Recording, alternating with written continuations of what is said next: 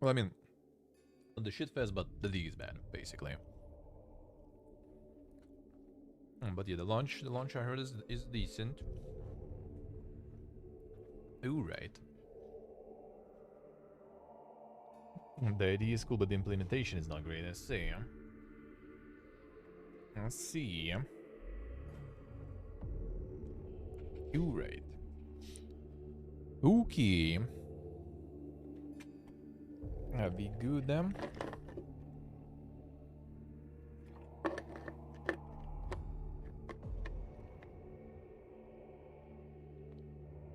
We good then.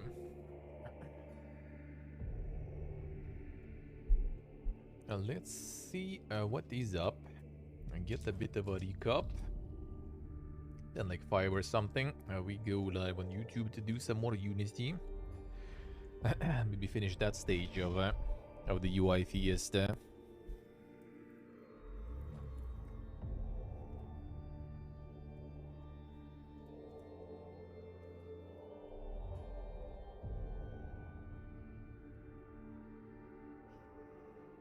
Ah, I see. The skill trees and the weapons. Yeah, that sounds really cool. That sounds something like I would like a lot. I love you guys. Ah, shit, Markface. Welcome back to the dungeon. Thank you, sir. Thank you, man. Thank you. I appreciate it. Almost 5 years. Insane. Thank you, sir. Thank you, man.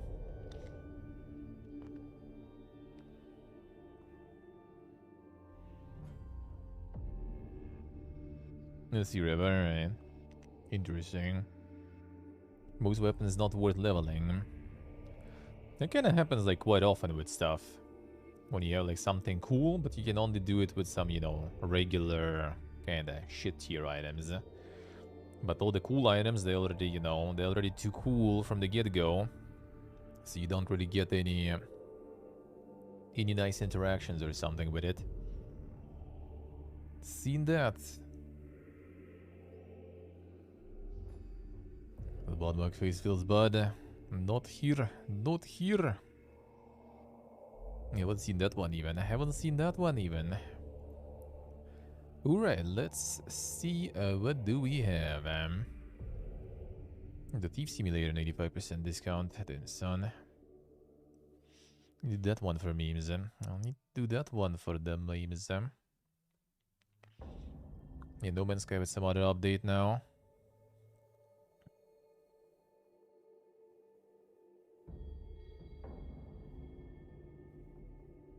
Yeah, I see River. Right. Yeah, that's the part I kind of don't like, when you have like some cool systems, some nice like things to grind and everything, but then some places or like some items and everything, they don't like have any benefit from that, and you just kind of like, well, why even enjoying all that cool stuff when it's gonna be irrelevant anyway? And for relevant things, you don't have any cool stuff. Come on. Come on, man. Why would you do that? Alright, the whole world is pumping. That's how you do it, man. That's how you do it. Take already existing concept that succeeded and make your own take on that. Boom. Easy. Just do the Dome Keeper but vertical. And with some other features on top of that. And you farming. And you already farming. It's nothing super crazy though, I have to say. Like, considering it's only like, what, $5 or something, right? And the amount of reviews is not like that crazy, but I mean, it's still nice. Probably makes the stuff back, at least.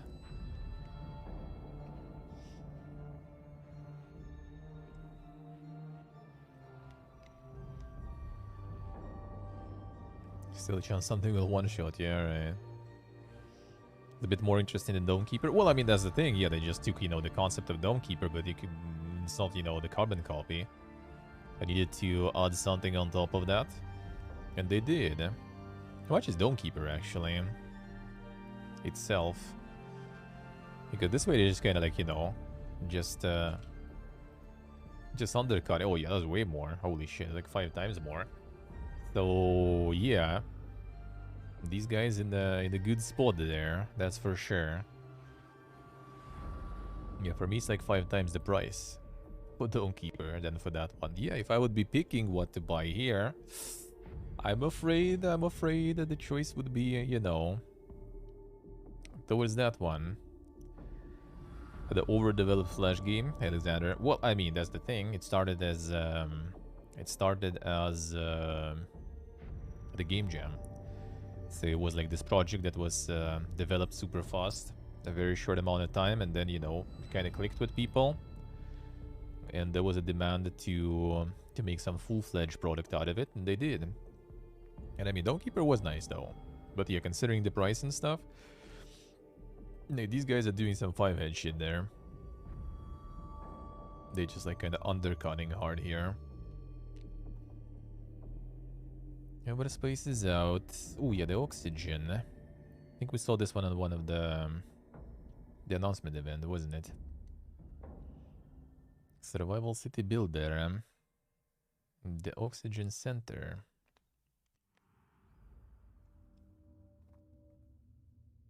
So they take care of all the oxygen supply, I guess. Let's see.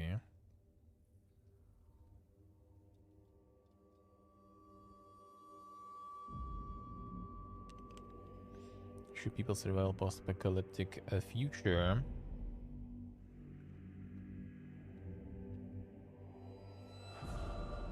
Keep the oxygen center running. I see.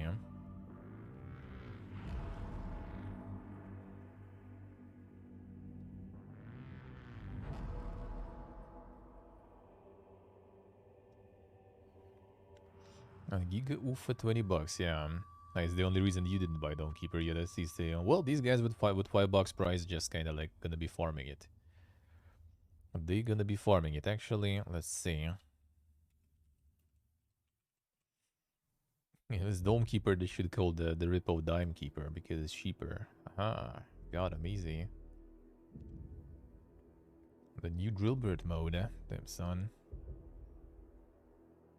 Oh yeah, this one is obviously like way more established there. And you'll see.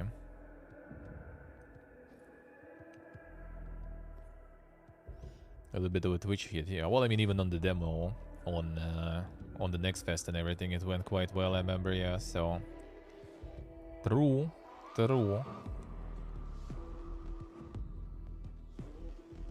So this one last week. Oh yeah, this one is out of nowhere. The Shogun Showdown.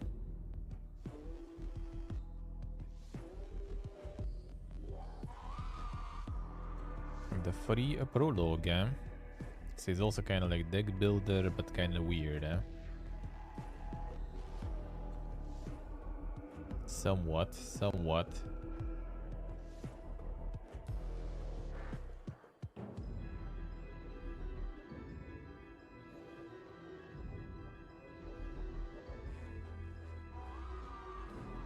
Deck builder, but we are more deck builders. Well, I mean, like, you know, this one doesn't really have a deck, seems like. Yeah, no. Maybe the description is just like, yeah, fight the army of the Shogun in this free version of Shogun Showdown. Well, I sure know what Shogun Showdown is. To be sold by the ability to play the free version. And fight the army of the Shogun is totally, you know, quite a wide description of what we're gonna be doing here. And it still goes. It still works. Maybe because of the publisher, maybe because of something else. Yeah, I could try that one. We'll see. I remember what I needed to do next week, though. The Wild Frost will be out next week. I remember now. So I'm probably gonna check that one out. We'll see, though. We'll see. It's gonna be out...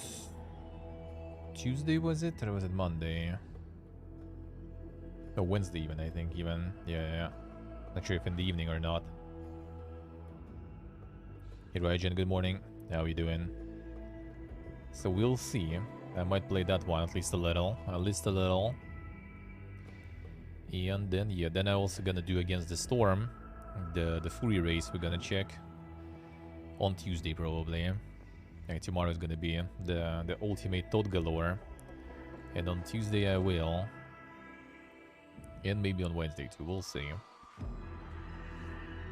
Well, we'll see. Yeah, the agenda, man. The agenda is there. We'll check, we'll check. Nice, Raja, nice. Doing good, man, doing good. We chillin', we chillin'. Yeah, escaping from the, how would you say, the military commission that conscripts you and everything. That one is also pumping, yeah, overwhelmingly positive and everything. And the pure meme game, dude. Welcome to local meme galore. Yeah, 98% positive, huh? I gotta escape, man. Some insane puzzles.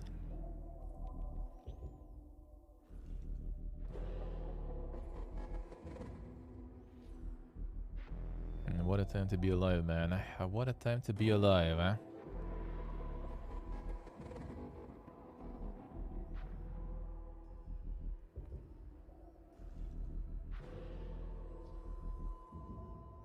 This? Oh, this is like 20 cents, I think, or something.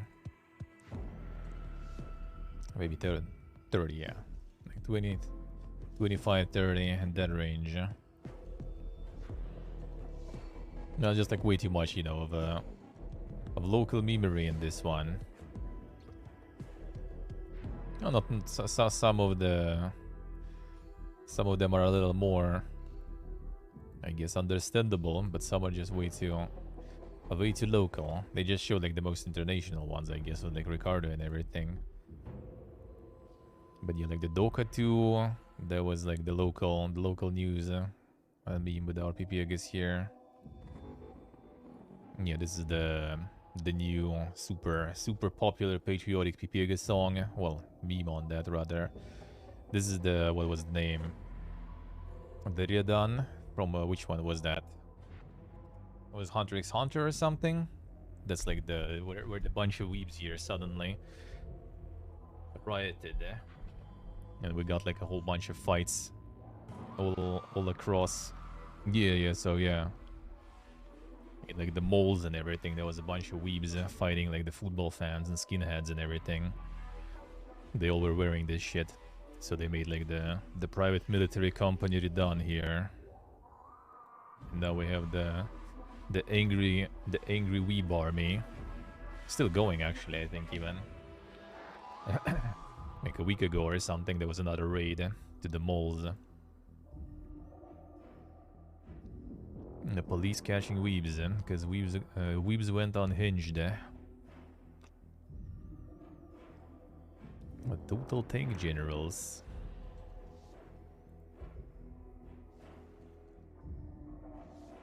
I've seen this one before. There's a lot of war games, dude. There's a lot of war games recently.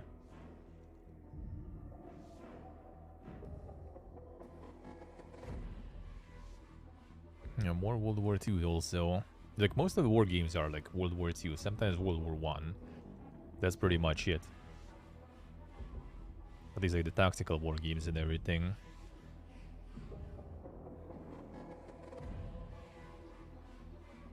Yeah, the pineapple piece is still going. Man, this one is farming like the reviews and everything.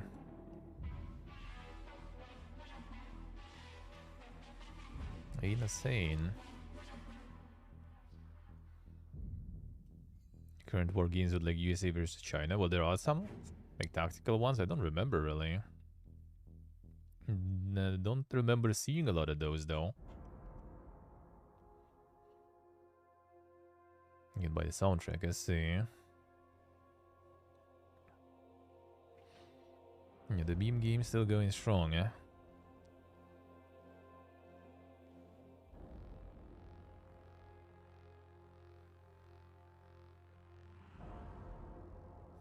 The odd 6 top review, dude. Insane. Insane farm.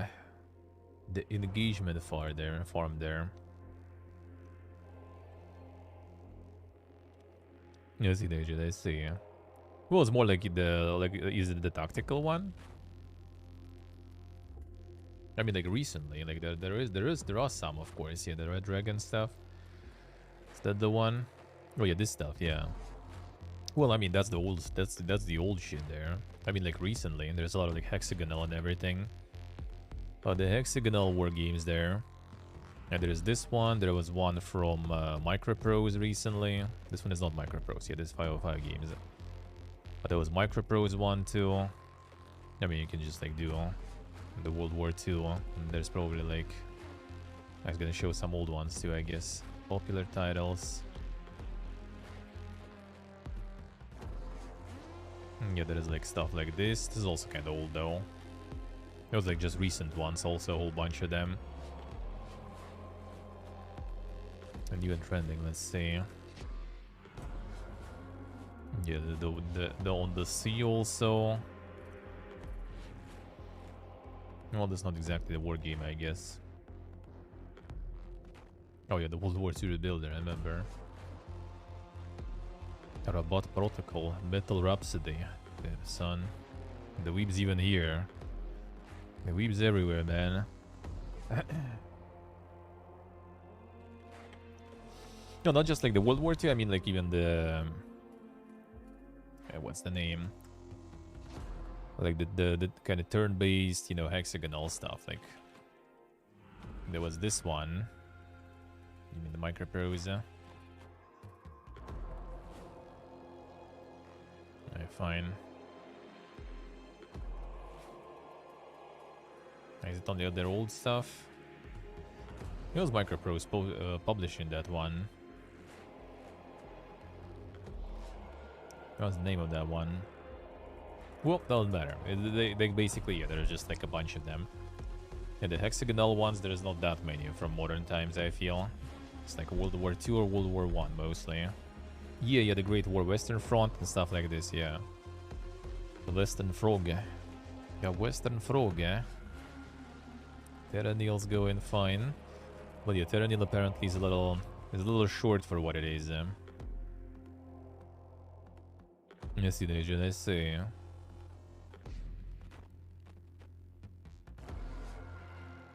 No legend is stronger than Fury 1. Yeah, I guess. Alright, this all the same here. The V Rising still going. Still pumping.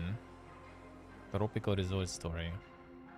Oh man, that what was the name of the studio? Yeah, this is the studio that makes the similar games. Like I already can recognize. Man, I forgot the name.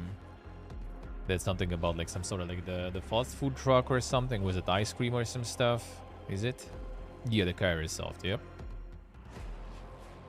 These guys just keep pumping that stuff, dude. They just don't stop pumping.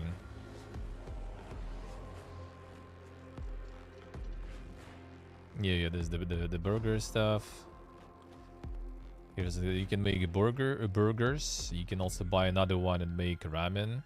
You can buy another one and make sushi. You can buy another one and make games, actually. And then you have dungeons too and everything. You think memes them? The OG people in New Microprose? I mean, they're publishing mostly, I think. They're not developing anything. So it's not like it's really... It really matters much. But they have like good selection of games actually they publish. Like that war game was quite successful. That was the demo I played, Urban Strife. That one was really nice. I really like that one. Not out yet though. But yeah, they at least have some good projects. They publish. And Miniland Adventure. This one looks kind of like the Forager, what's called. It doesn't look like it though, but similar. Playway, even here, the sun.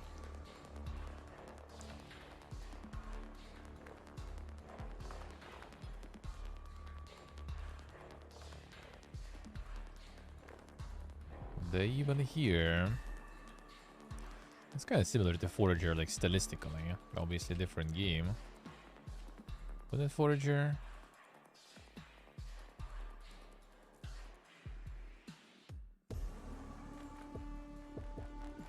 Yeah, it is. Oh, I see. Classic. Classic. Even that one.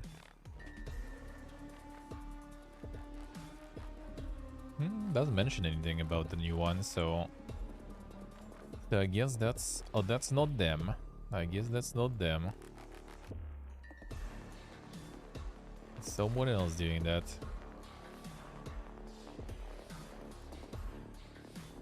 Cynthia, Hidden and Moonshadow. And this stealth.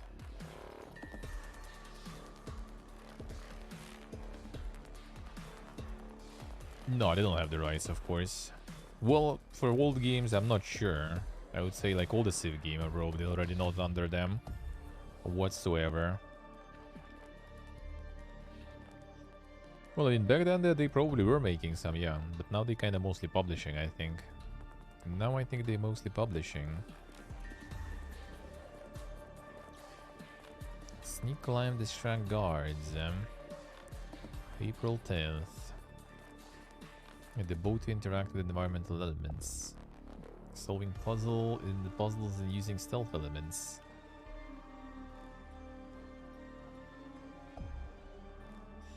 The Next Fest demo too. I don't remember seeing that on Next Fest actually, I think. A DreamHack Beyond them. I mean, it looks alright, yeah. Might be alrighty. Like different arrows seems like and everything. Could be alright.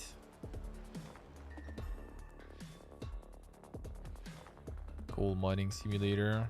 Hoog. Wasn't there a prologue of this one already? Yeah, Playway. Classic. I think there was a prologue already. Remember something like this at least. Oh, or it's just like they send me the prologue key or something before. I like had a little bit of a Playway. Playway games are fun when it's like, you know, the meme game. Then I'm done. Then I'm down. Like drug dealer semen stuff. The serious working simulators, like, no, bro. They mostly all sold the same. One another.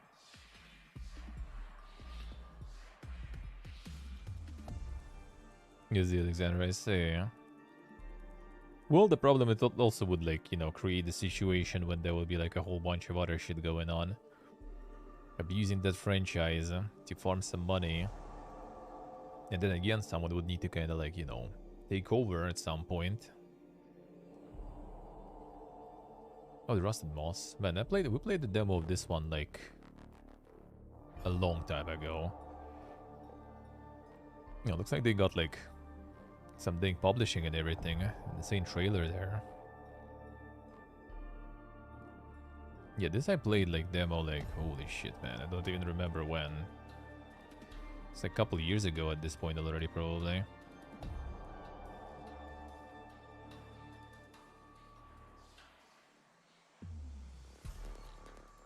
Oh, but that one.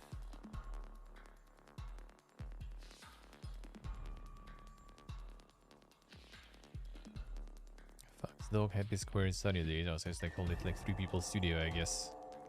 Or just 3 people rather than studio, probably. But you got the publisher and everything now.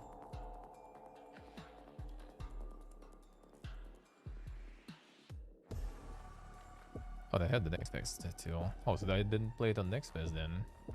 Or they got another Next Fest. Interesting. Maybe they did the Next Fest first time on one of the very first ones, and there were no rules about not joining multiple times.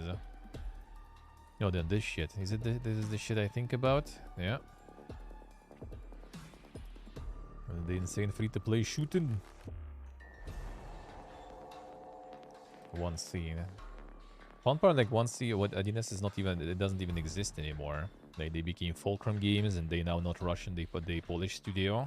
Because, you know, it's better to not be from here. This one is still under the old stuff there. Yeah, this one I think out here for a while. It was made by being made at least. Like I remember, like I saw it for the first time on the World of Tanks event actually. So I think it was made by them initially. Now it's not them already. Maybe they ditched it or something. It's another free-to-play shooter to get your monies. To get your monies.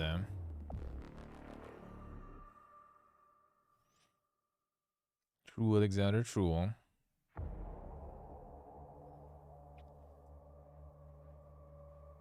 That is true. I mean, to be honest, like some things, you know, some things are better left alone. Some things are better to do something new, you know.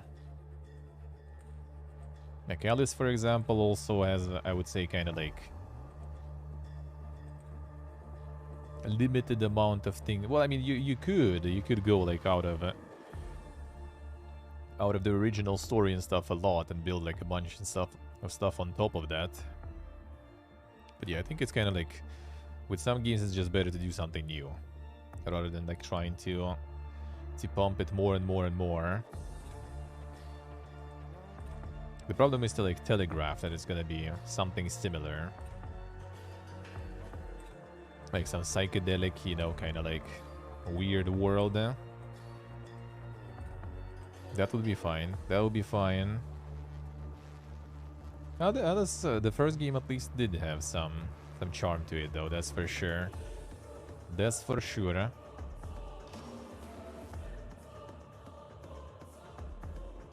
But it also kind of, you know, became undone after a few attempts of not actually making it, you know, through.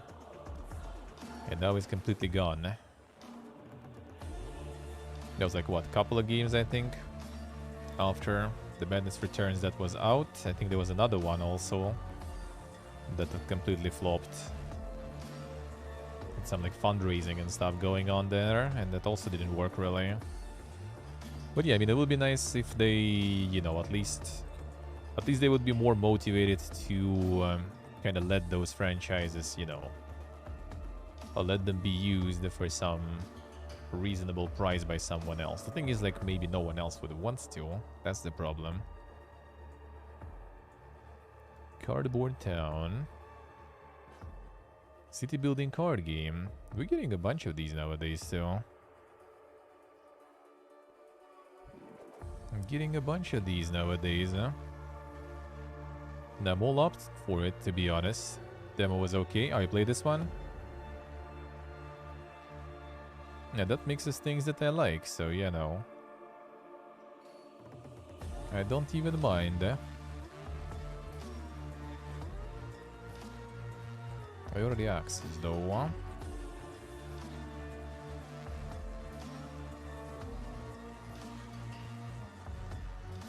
That's nice. Action cards and building cards. Interesting. Interesting. Seemed a bit shallow, I see. Okay. Interesting. Would be worth checking if there will be an opportunity. Blooded, Data management. Reverse city builder. Optimize your production island that shrinks over time. Get enough resources to fleet to safety while the surrounding world is getting flooded. Also might be nice.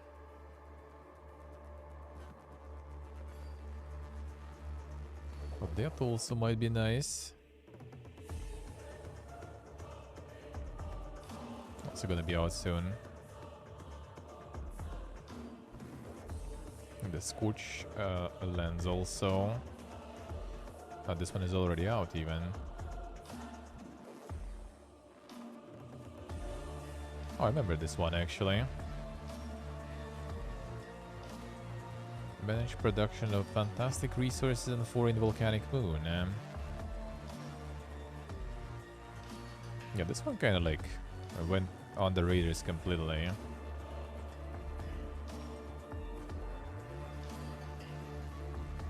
It's probably the same publisher. No, not even. Our friends' games. Ah, I see. Alright. But they already decided to make a new one real quick. This previous one didn't go that crazy good, huh? Yeah, but they also kind of different, so that was a bit confusing. Palantera Golden Acorn.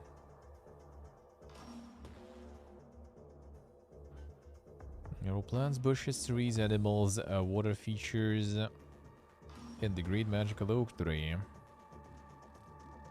Harvest is golden acorns.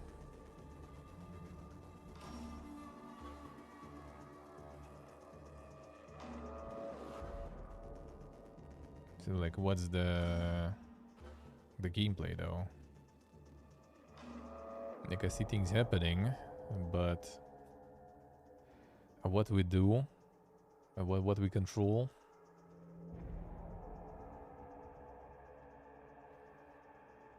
Yeah, that's in the second trailer. Probably. See.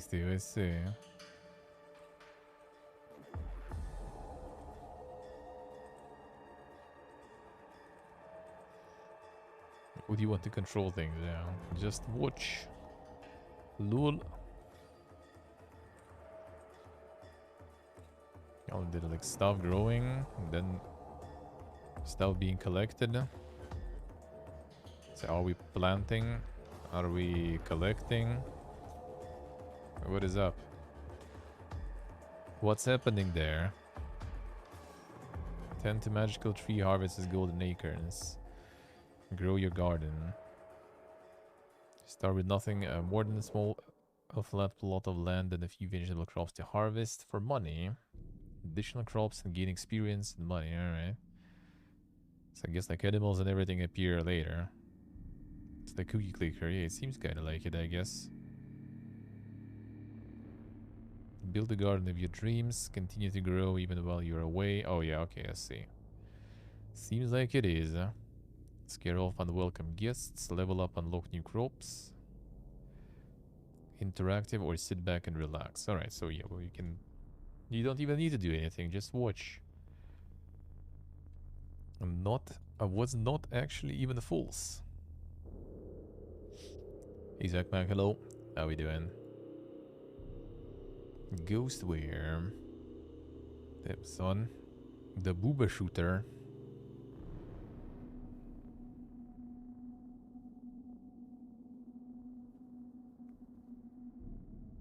The new type of boomer shooter. But with booba. And retro FPS. The loader heavy pilot and exploration of adventure gains at the fast action of 90 shooters.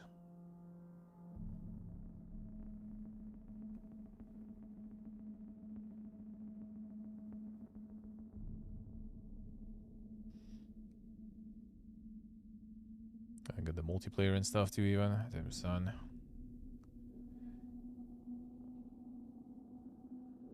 Or was it not? Kind of looked like it there. I would name it everything. Not a single player. Interesting. This looks like some Quake action there or something. And the way to think. Part the soundtrack switch. Next.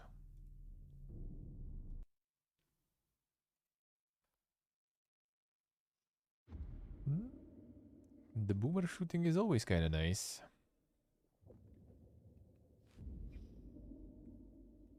A boomer shooting is always nice. Let's see any hidden gems there. Any hidden gems? Damn, the crab champions. Overwhelmingly positive, huh? The super crab fiesta. It's from the guys who like made all the other crab games. There's a different one. No, that's some posters there. Shaken by SMH. Erasers, hello. The imposter crab enjoyers.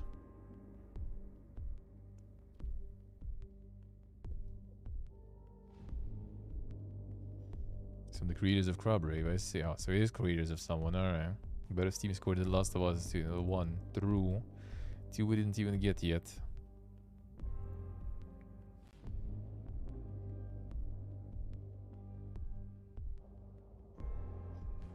Sifu on Steam.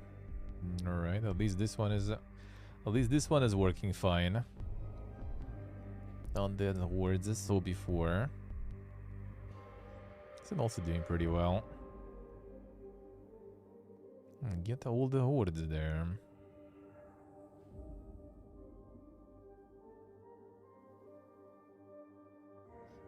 The album drop of the game, I see. Cataclysm Dark Days Ahead. This one didn't go full Dwarf Fortress mode, but still did go quite well. But yeah, this apparently like Steam version is not different from what you can get like for free. Pretty much. Seems like the thing is completely open source. It's just like one of the dudes just, you know, decided to make something.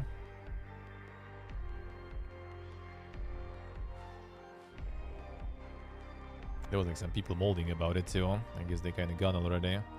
Washed away. But yeah, like someone made their own branch basically. And decided to sell it. It seems like it works. But yeah, this is like the super roguelike. The Omega roguelike.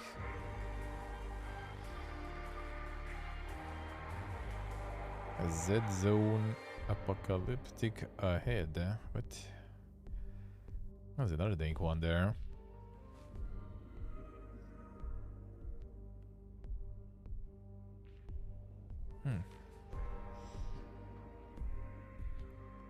Not a sudden banger from China, seems like. So they got kind of like 0-0 of swords, but kind of more dank looking.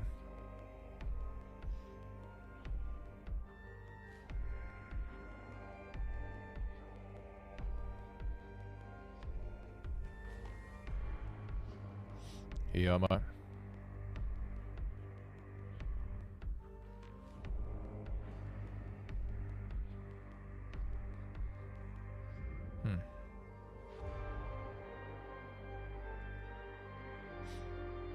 It's kind of interesting. There's some betas and everything.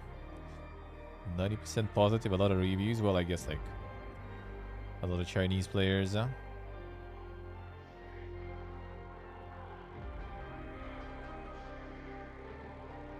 Special infected.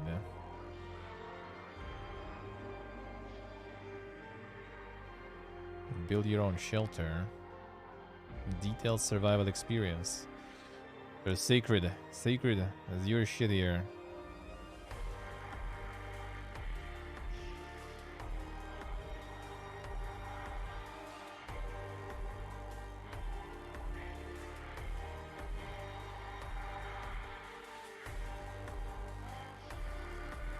FPS drops, I see, okay.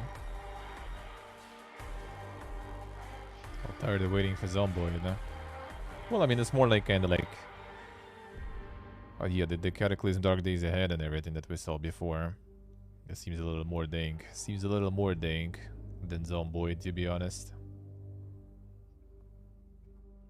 A little more dank. Zomboid X Cataclysm Dark Days Ahead, huh?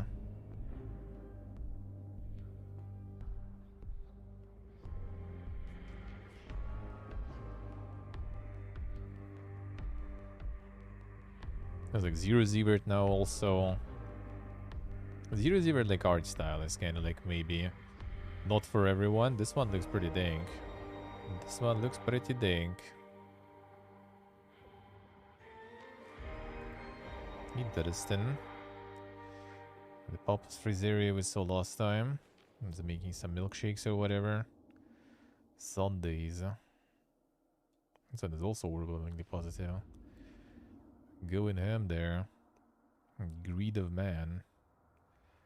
Open world multiplayer game where you live in a town built and run by real players. Damn, son. Insane. Not even out. It's already recommended.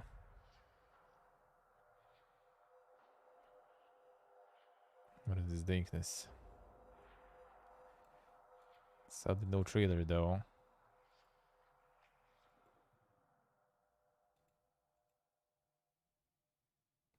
Then we can just carry around some pipes and stuff.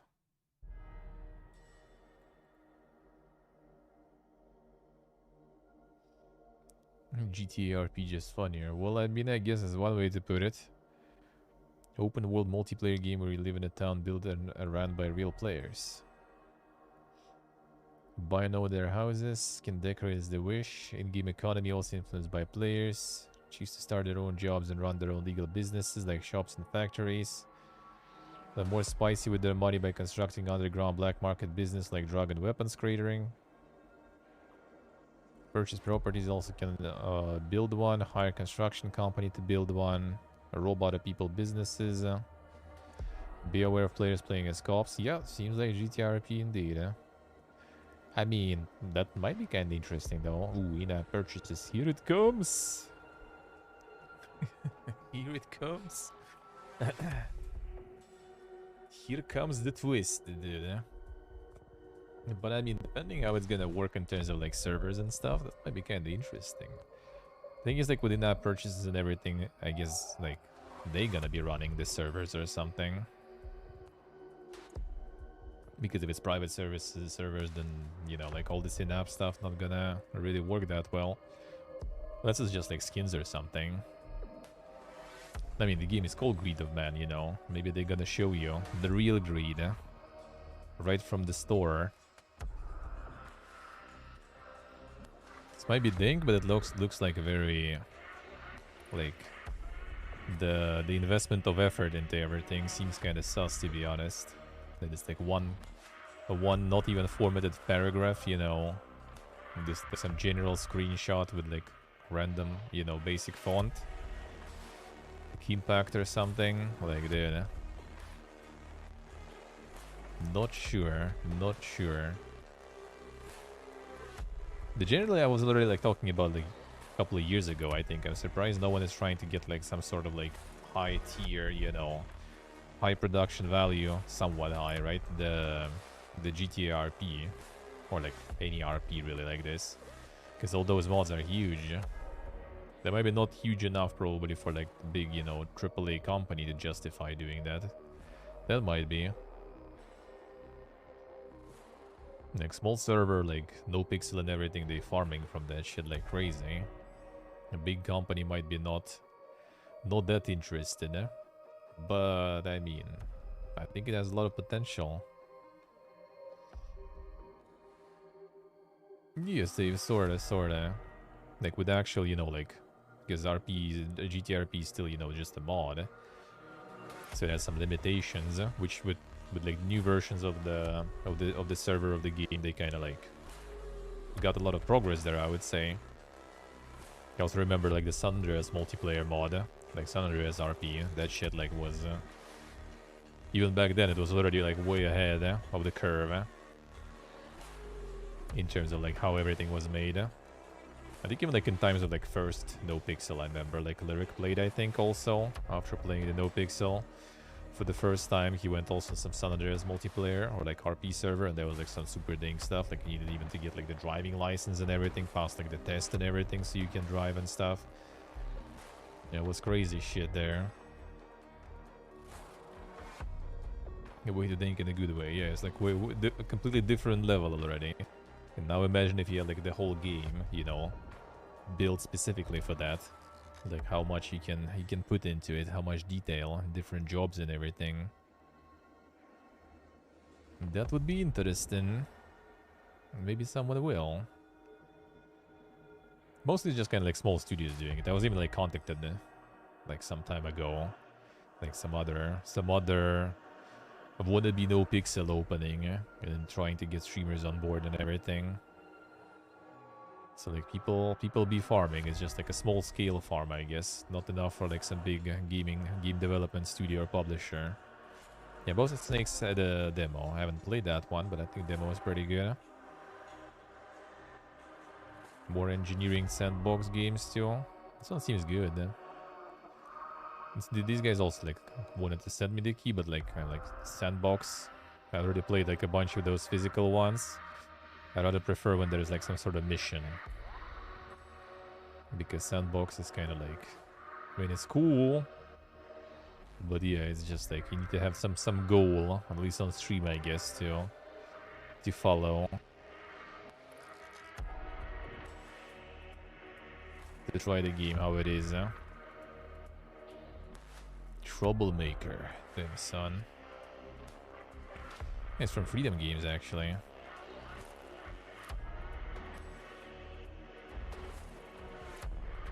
They had the dang showcase last E3 last summer.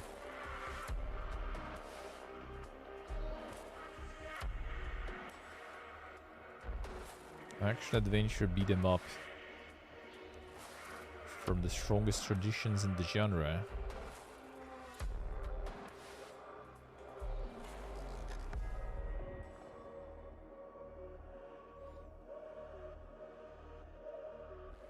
Some weight thing stuff.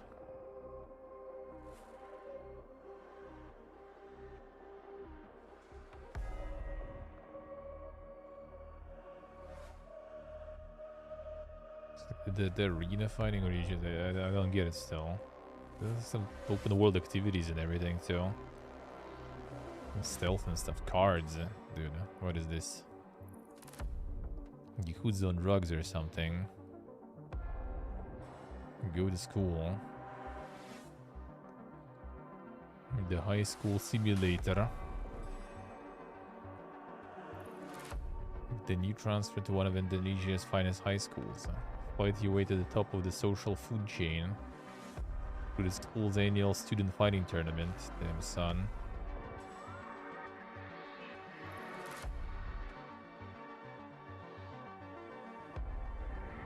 Make friends, yeah, after beating, I guess.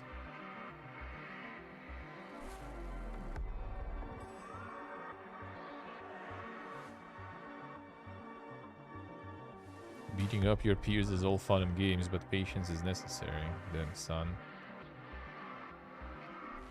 That's some way to doing stuff, alright. The reviews are good though. Holy shit.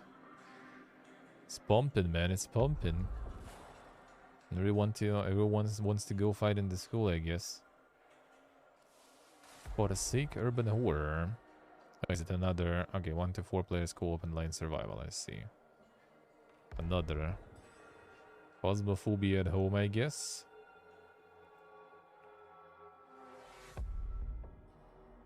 Crimson Snow. Oh, that I remember somehow.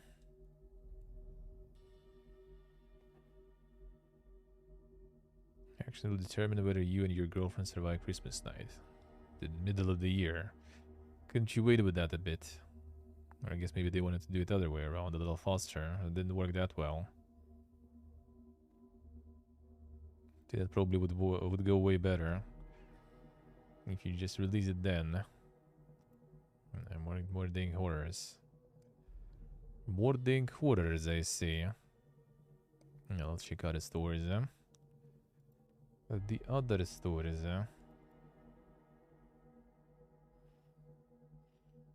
Yeah, but yeah. Well, I mean, like with the Dome Keeper, that's like the carbon copy there completely. So at least sometimes, you know, they kind of try to do a different take on something. Sometimes it's like literally pretty much copy, dude.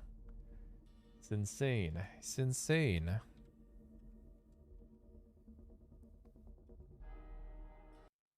Oh, I mean, you know, it works. That's why it keeps happening. That's why it keeps happening. Alright, let's see what we have here. Spring sale. Yes, son. Chuselin. The goat simulator on discount. Big Pog. Still no coupons. Bring me coupons back. Then maybe I'll consider.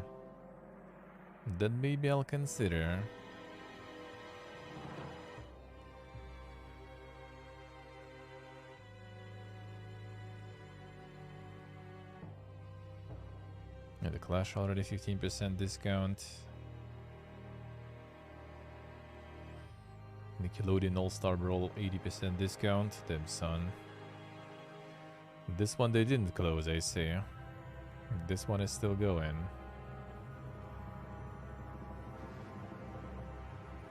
The customizations, the skin packs, like $5 each. Or they have different editions also, Blood Bowl. What? Why? They're going like Pokemon way there.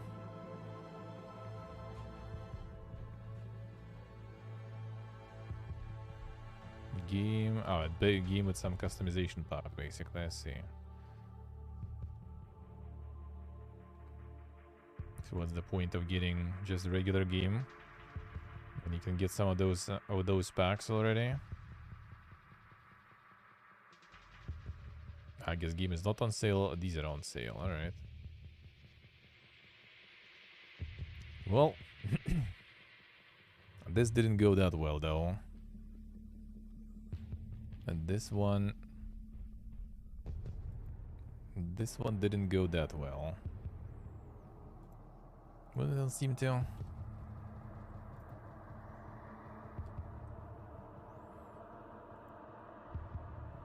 Oof. Still big oof. I guess it's slowly climbing to mixed, and that's already an achievement there. That's a big oof, man.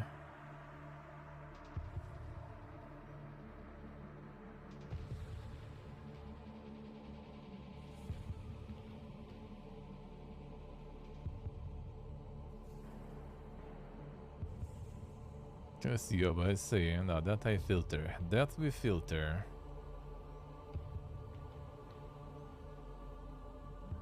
That we remove, eh?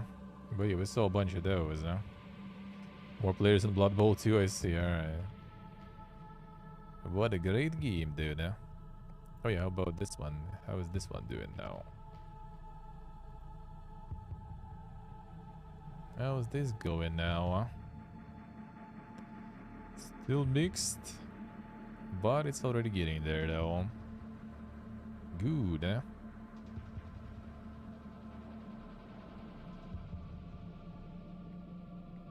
If you filter Chinese reviews, then it's actually already very positive. Interesting. I don't know why, like, a lot of people in China got some issues with DirectX. Maybe something localization team, because I think I saw some like Russian reviews also complaining about it, but I don't think I've seen a lot of like English reviews about it. I don't know what kind of error it could be in the different language versions. But yeah, it seems like people already kind of starting to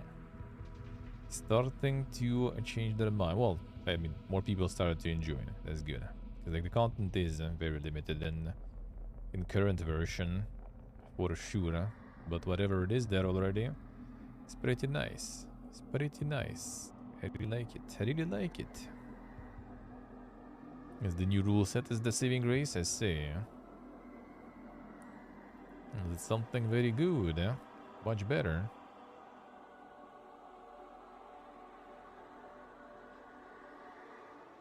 The red full stuff kick.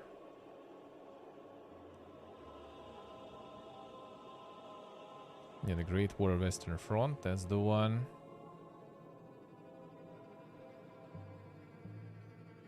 Honkai Impact, another one.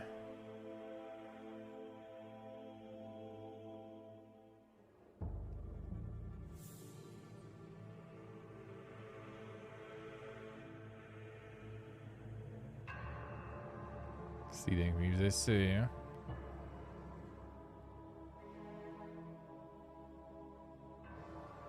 Civilization Leader Pass, well, that we already saw. Yeah, the Honkai Star Rail also is soon. Yeah, we'll see. Might check that one out, maybe. We'll see. That shit might be way too weeb. We'll see if I'll be prepared for that. Oh yeah, there it is. Coming soon. It's like 20 something of April, I think. 26th, alright. Maybe, maybe.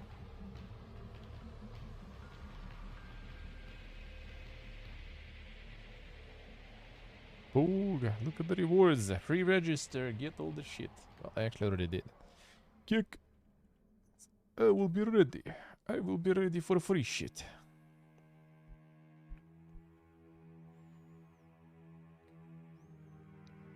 Let's see, alright.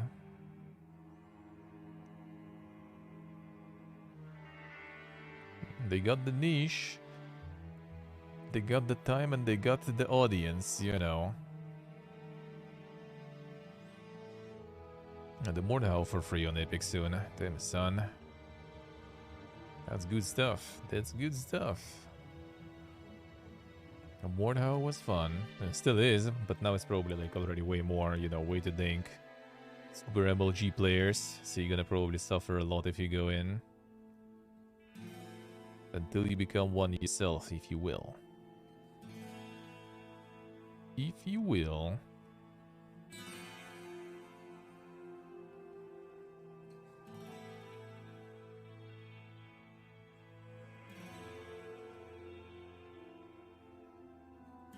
And broke the investigator. Alright, nothing super crazy going on there. And what's up here?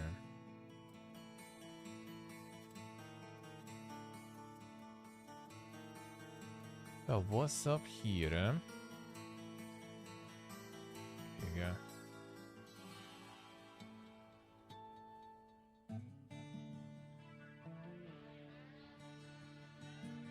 Oh, there's some free shit there. Here is about the Magic Series. There, son. Get him. Get him.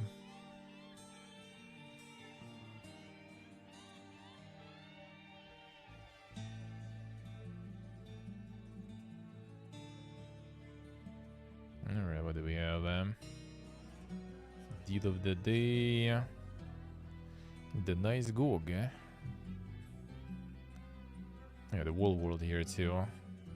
$3.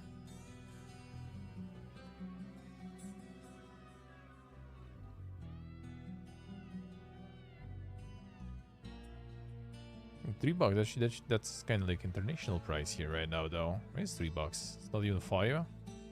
Insane. The value, dude. The value. The Empire events coming soon. Oh yeah, Manor Lords. When was that one actually? Just soon. Let's see. Demo was nice. See when it will be out. How that's gonna go.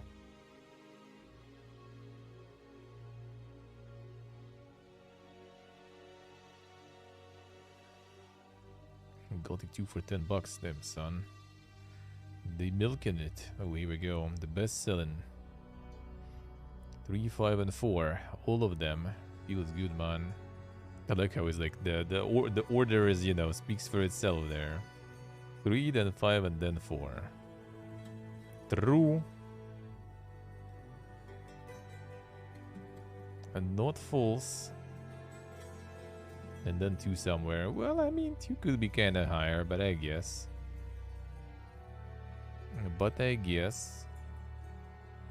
This Coliseum already for $10. Not bad, eh? More Coomer shit. Thank you, GOG. This is kind of easy to like bait you. And just, alright, just a regular game, but you see the outrated patch and you know what it is all about. And you know what it is all about.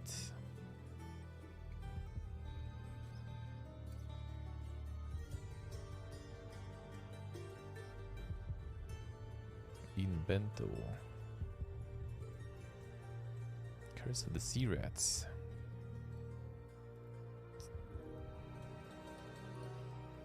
This one don't seem to, I think.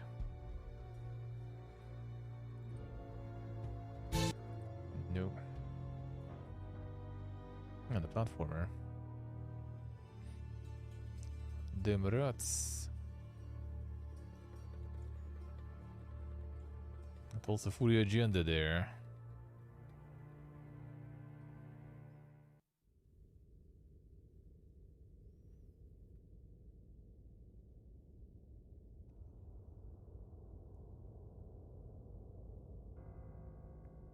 The non-linear world even. The red platforming.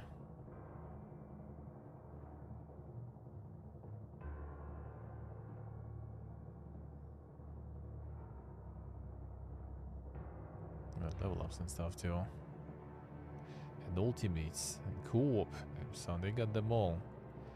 They got them all, eh?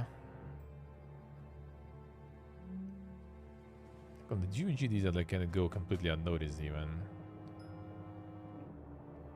There's like 5 out of 5, no reviews. Alright. Very nice. And Dreadgy here too. Did Dreadgy get anything on GOG going? Ah, Dreadgy did. That's nice. Dreadgy is very good, eh?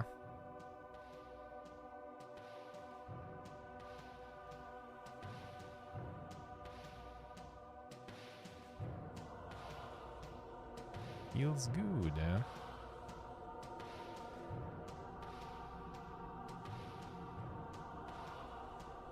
Need more content, man. Need more. Need DLCs. Need sequels. That was very good. That was very nice. But need more. Need more now. Say no more, yeah, I mean, probably, most likely.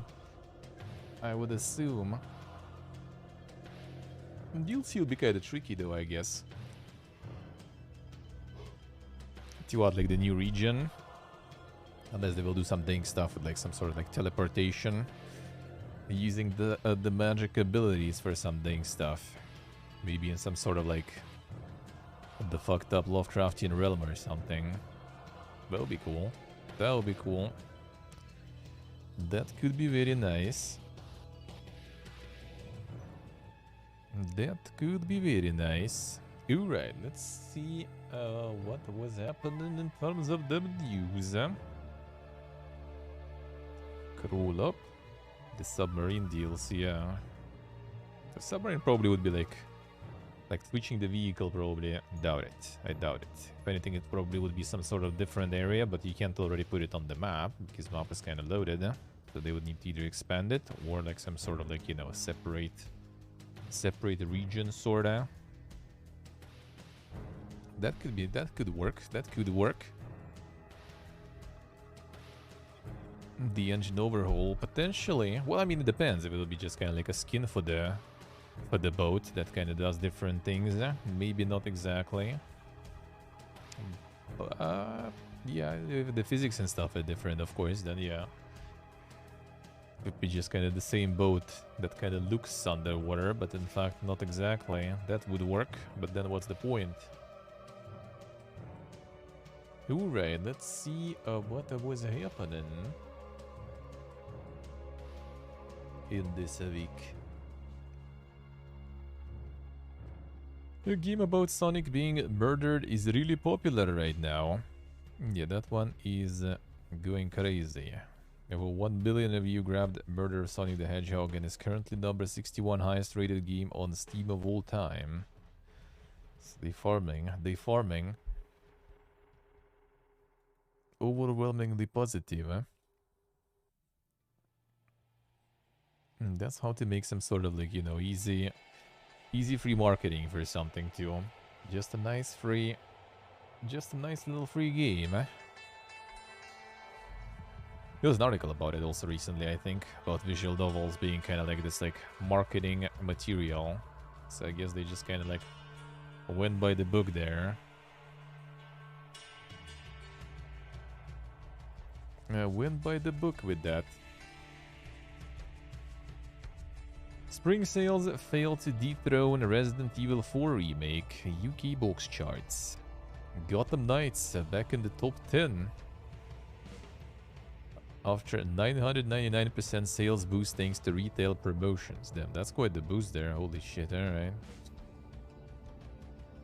The retail promotions. The Gotham Knights are back because they're giving it away for free or something.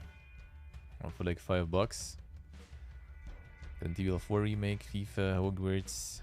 FIFA already ahead of Hogwarts and damn son. The nature is returning to its, you know, usual state slowly. FIFA is climbing back up.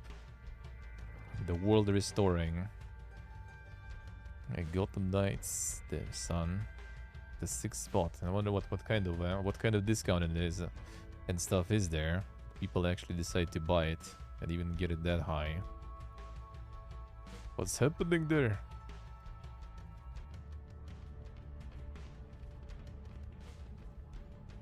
Konami opens new studio in Osaka.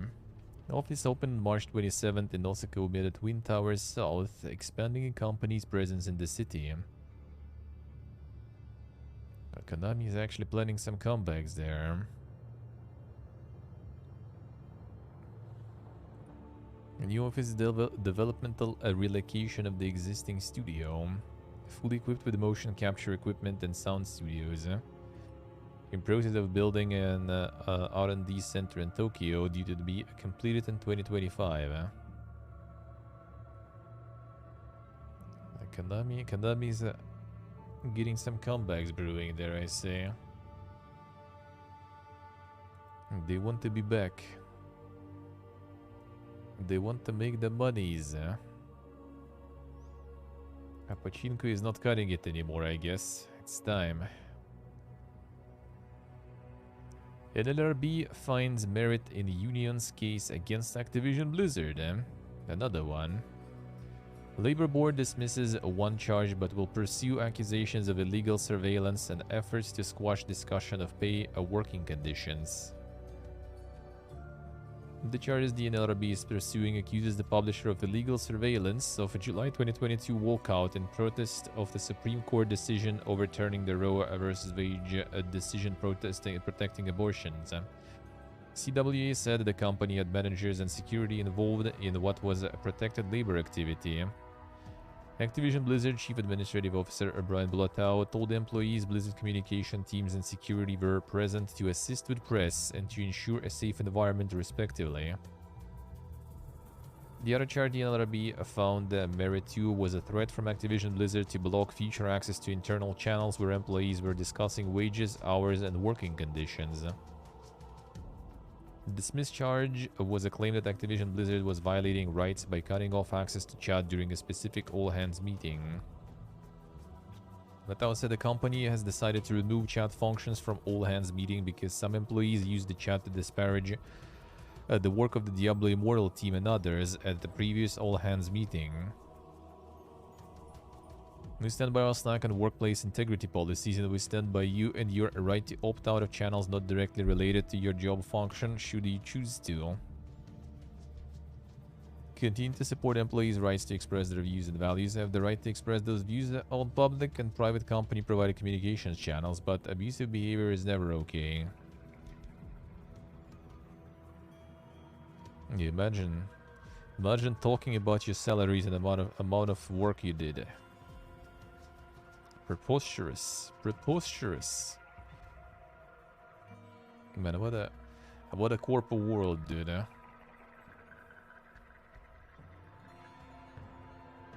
Hey, don't stop coming. Activision Blizzard sued by a US government over esports salaries. And another one. Department of Justice says soft salary cap in Overwatch League and Call of Duty League violated antitrust laws. Government is taking issue with the esports league's competitive balance tax, which it says was intended to penalize teams if they spent more on player salaries than the amount decided upon by Activision Blizzard. Video games and esports are among the most popular and fastest growing forms of entertainment in the world today, and professional esports players, like all workers, deserve the benefits of competition for their services.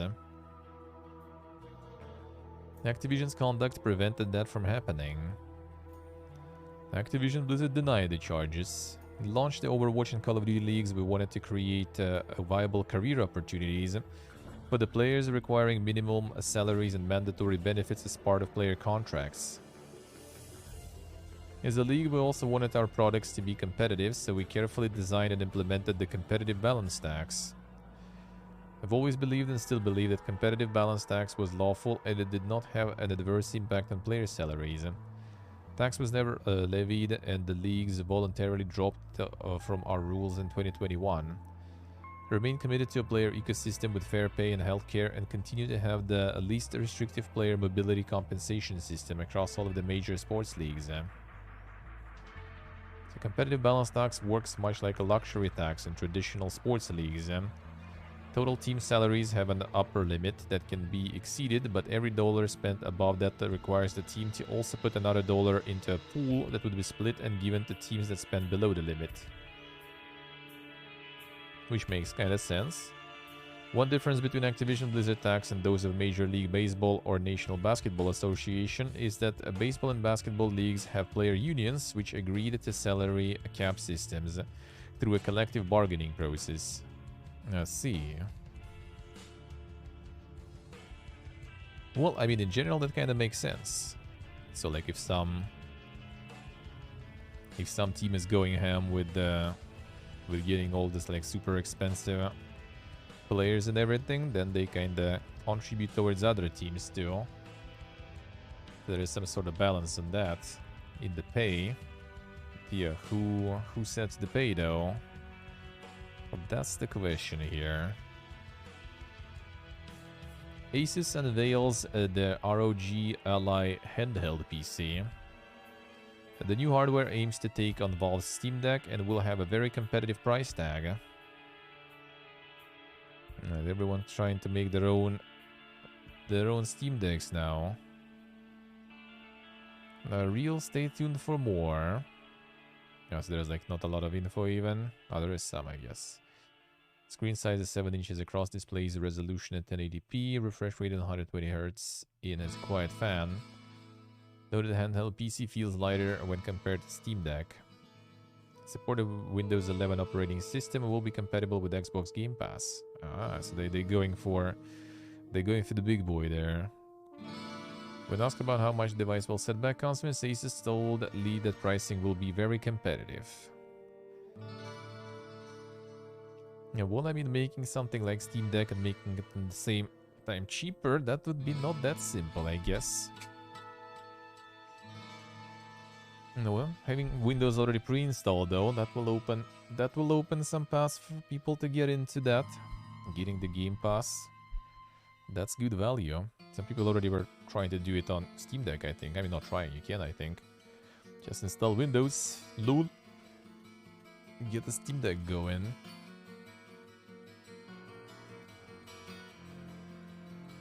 Steam Deck going with Game Pass, rather. Devolver Digital snaps up a Doinksoft. Game publisher adds the developer of Gato Roboto and Demon Throttle to its fold. Alright, Devolver acquiring some more.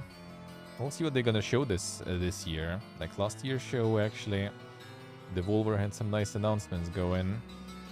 There was some decent stuff. See what they're gonna show this year.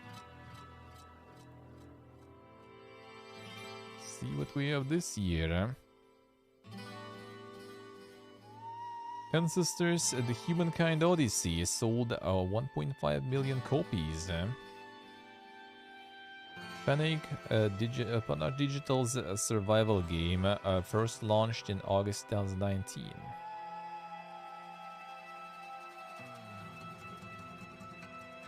That was like always kind of seemed a little bit more of a meme stuff, but still.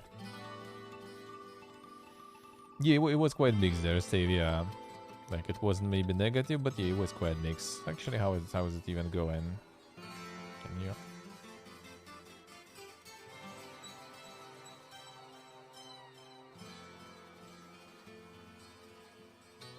No, his ancestor is... Is it one? Another one? Another one? Let me see if they be that.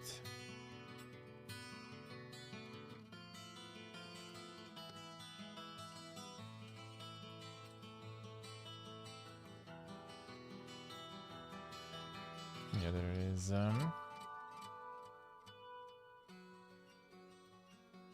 Seems like better now, though. Seems like better now. I got a bit more positive now. Closer to very positive. Closer to very positive. Not available now because private division, I guess. Classic. Classic. Yeah, it was always interesting. I was kind of considering at some point also, but yeah, like some issues. I don't know, was it controls or was it just like some bugs or something there?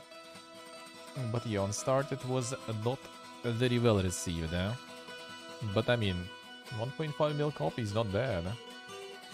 It's not indie though, but you know, still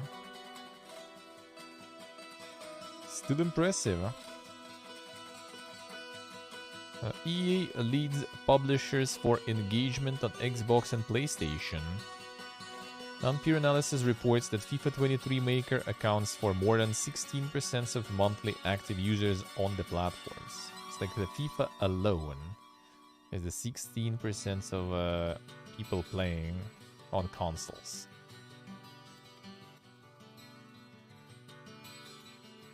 See, soccer. I mean, can you imagine? Like 16%, dude.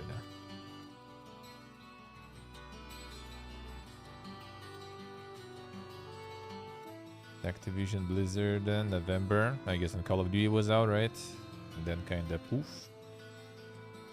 Ubisoft kick. The Epic Games. Well, I mean, I guess it should be counted as what's the name?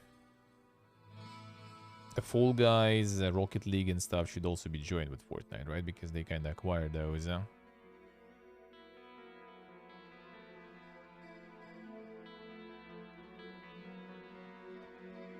Monthly active users.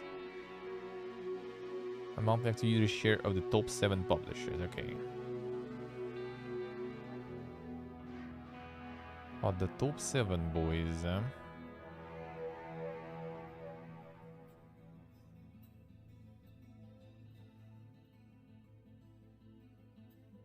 So like the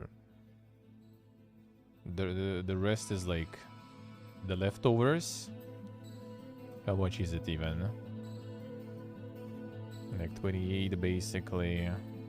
38, 47, 85, 61, like 66. So like 2/3 of full monthly active users is among these 7 publishers. That's ridiculous, dude. It's like 1/3. 1/3 of console players actually playing something that is not these. That is not AAA.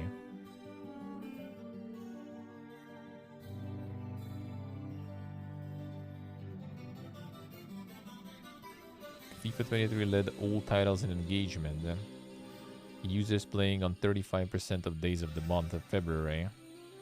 Final Fantasy 14 came in second with user engagement on 31% of days. And Genshin Impact was third with 30%. And Genshin is not even here. Like Genshin is like another like 4% of users probably. What are people even playing it from Ubisoft? Like the Siege or something? Because I would assume it's mostly kind of like live service stuff.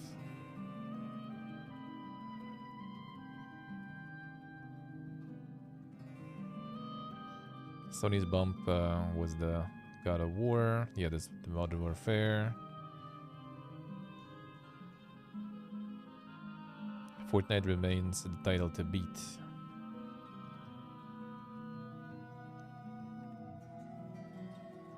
The EA is insane, dude.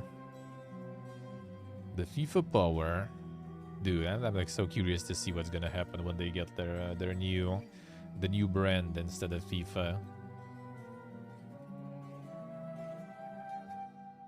Like I wonder how that will go. Turkey's gaming revenues nearly halved in 2022 due to lira decline. Massive depreciation of Turkish currency against the dollar leads to 40% decrease in total consumer revenue. They also, they also should take into account that, like, you know, half of Russia is now became Turkish too and buying from there.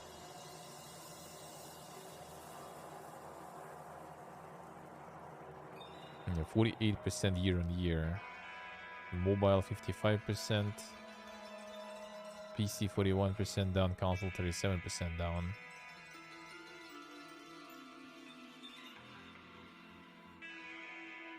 The dollar jumped twice.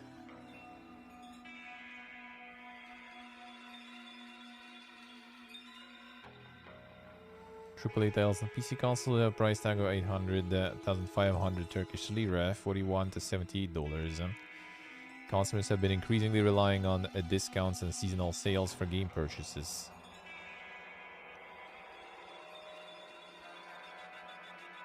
Yeah, that's gonna be not just in Turkey, that's gonna be in many places now. People just relying on sales and everything.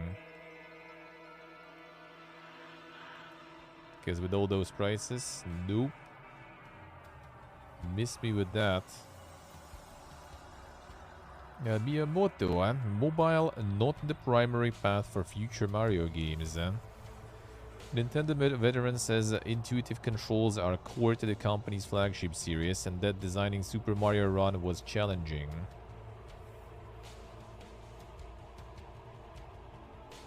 Nintendo's most iconic character has appeared in 3 mobile games. Super Mario Run, which grossed $60 million in its first year. Mario Kart Tour, which has made over $300 million since its launch in 2019. And Dr. Mario World, which shut down after 2 years. Alright. I think first one is also kind of probably going there soon. Miyamoto said mobile apps will not be the primary path for future Mario games. First and foremost, Nintendo's core strategy is a hardware and software integrated gaming experience. The intuitiveness of the control is a part of the gaming experience. When we explored the opportunity of making Mario games for the mobile phone, which is a more common generic device, it was challenging to determine what that game should be. That is why I played the role of director for Super Mario Run, to be able to translate the Nintendo hardware experience into the smart devices. Having Mario games in mobile expands the doorway for far more audience to experience the game. And Shutdown Regalia lost. The company's only original IP on mobile.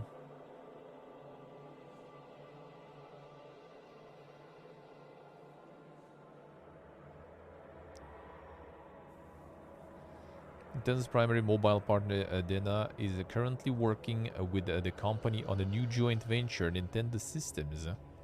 This new subsidiary will be focused on expanding Nintendo's digital business on other platforms, linking users' activities together via Nintendo accounts, and formally began operations this week. Damn son, the Nintendo phone is coming. A big pog.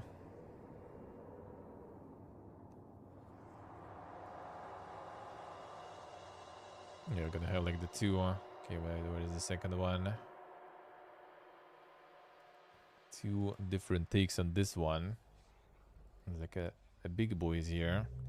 Gonna go through all of them. Listar Breeze eyes up its payday. Company slowly expanding future. So yeah, these guys, after the success of games such as Payday 2 and Brothers: A Tale of Two Sons, a company spread out in every direction. Starbreeze has the big dreams of being a publisher, virtual reality firm, expanding its development output. Appeared to be a long time coming, but following the release of the long-in-the-works Overkill's The Walking Dead, the company was brought to the brink of collapse.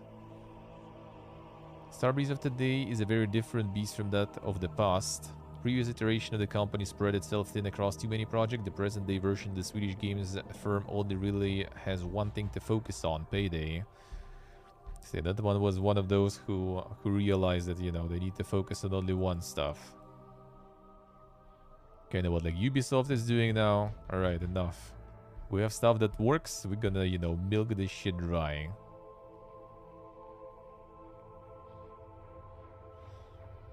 Payday 3 Starbreeze's first big launch in years. No, yeah, the Walking Dead stuff was in 2018. But I don't even remember what happened with that one. I think I remember like Forsen played it once or something. And that just like flopped instantly. Like, I think they just got, like, licensed, withdrawn from them from Walking Dead, and they just couldn't even, like, you know, make it, sell it whatsoever. So it just, like, gigaflop in a moment. Yeah, they're basically getting carried by a Payday still. Starbreeze notes that it's now receiving 80% revenue share from sales of the game on Steam rather than 75% previously brought in. It generally is a sign that the title has made over $50 million in revenue. Shogun declines to comment on or confirm this, highlighting what a kind of hit game it was. All right, that was like the ding takes here. And there was the ding takes on this one, and then the next article also has some.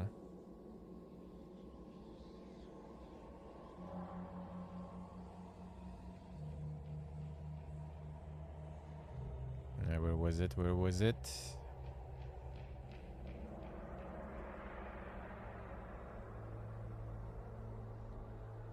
Should be here. Oh, you have 2 games in development, aiming to release one in 2025 and other in 2027. It'll be a mix of licensed IP and our own IP. So they do something else. For every product where you create your own IP, it also becomes very risky. So that's one reason, the risk mitigation process. The other one is to continue to do games as a service. Because I would dare to say that to a large degree, the time of the release and forget kind of games is over. Heard that before somewhere, right? There will still be some massive successes, but the portion of single-player games where you play from A to B and you're done will have to diminish because it's not a good value proposition for the consumers.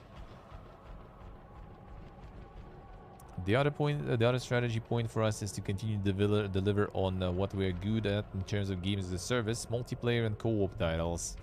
Strong connection to that community. Everything we do in the future will be in that field so that we can speak to our strengths and to the audience that we have built up. And then, of course, we will take more and more responsibility for our own destiny in terms of being able to finance and self-publish or publish, taking the publishing part of the process.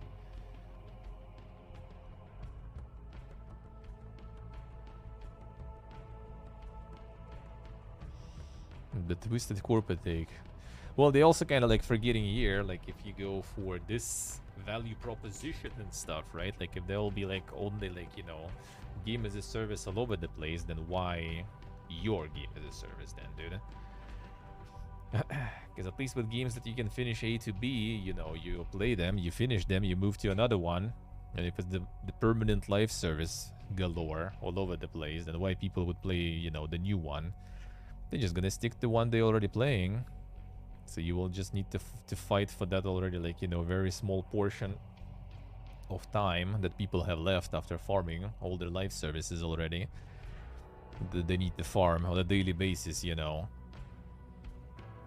So they're kind of like forgetting about the other downside of, like, you know, establishing some sort of of this kind of, you know, economy, the time economy. Well, I mean, he's saying that, you know, that's why he said, I guess, that, you know, the yeah, some massive successes still will happen, but yeah, it's gonna be done, it's gonna be gone. Well, I mean, I guess to be honest, like AAA market is already going that way, sorta. Like you have way less, you know, games that are like short and finished. You know, you have some Assassin's Creed kind of stuff, right? That you play for a while, and then they also, like, for a couple of years keep pumping some content for it. Yeah, so pretty much that's the thing they kind of like don't really, you know, consider when thinking about this model. That you like people already have, you know, a couple of jobs. Why would they pick yours also on top of that? Like someone already like playing, I don't know, like some Destiny, then they play, I don't know, like Genshin on mobile also, and like maybe something else on top of that. Like, why would they also pick yours?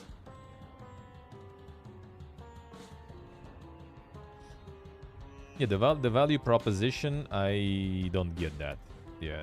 Well, it's not saying it's bad for consumers, it's saying that, you know, like the value proposition is bad as in like people rather will prefer live service because you get like more bang for the buck, basically, right? Which is not true though, because the only reason, you know, you get the live service bang for the buck is because there's kinda no buck upfront involved, right? Because you can just download and play most of the time. But the thing is, like, I personally would rather, you know, pay for something and just like play it without any more microtransactions and stuff like this. Same way I would rather pay subscription in MMO or something, right? Instead of playing some free-to-play MMO where I would need to dump way more money after. Like Ragnarok Online, when we played with Rizze. How much was it? Like 200 fucking euro or something, just down in 2 months. Like, bro, if it would be like... And it's a free-to-play game. If it would be the regular, you know, subscription model MMO, that would be like... Buy it for like 50, okay, 70, 80 bucks, doesn't matter. Subscription, most expensive, let's say, like, I don't know, like 15, 20 bucks per month, right? And it still would be cheaper than the free-to-play MMO in the end.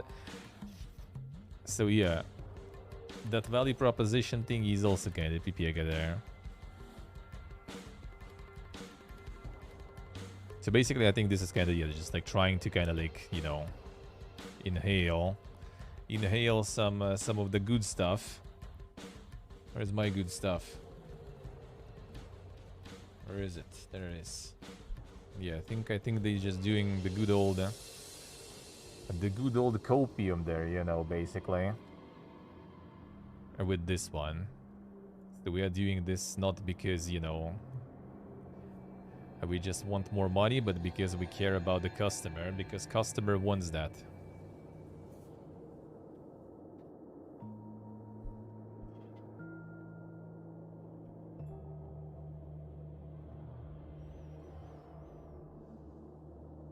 I see, Regin, I see. Yeah, that is true. That is also true. Yeah, like from corporate perspective, obviously, a live service is way better. Instead of developing something new and stuff, you just kind of like, you know, adjust and add some stuff to what you already have. You'd get money. Easy.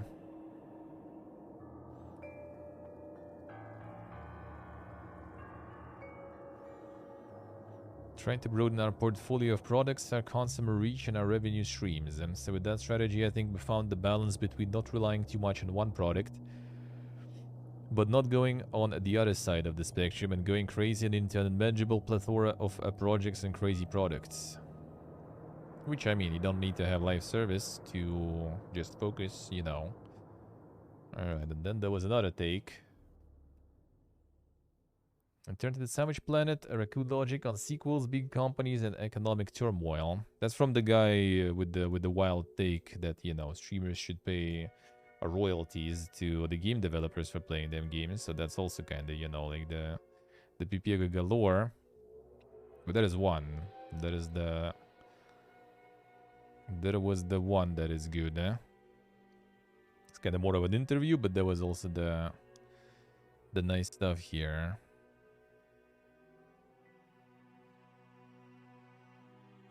There was, out of all those takes, there was a good one. Oh, yeah, this one.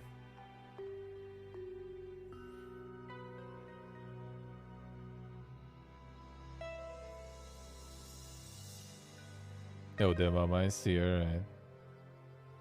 Soul Gun. Soul Gun. Hutchinson is anxious about the future of business model. He seemed relaxed about the state of the business right now. There's signs in the data that consumers are being more selective in what they're buying, and they seem to be drifting towards the bigger brands. But Hutchinson has no desire to return to his former life as a big AAA game maker. Whenever I think about whether I'd ever go back to a big company, I'm reminded that they chase the craziest things. The obsession right now with live ops and service games. Sony started 10 of them, but the market can only support 2, so are they actually saying that 8 of you are going to die? Whereas the smaller games, those 10 to 12 hours experience, these games you can play a lot. I can chew through one a week. I think there's more opportunity here. It lets you pick stronger flavors, less expensive to make so you can take crazier risks, which helps you stand out. I couldn't imagine going back. The fact that the AAA studios are abandoning these games, it's fantastic. Make more of those live service games. I love it. Do more Gotham Knights and Suicide Squads and whatever Sony is making. I love it. See you in 8 years. I will have made 3 games. So at least sometimes he does good things too. That I agree.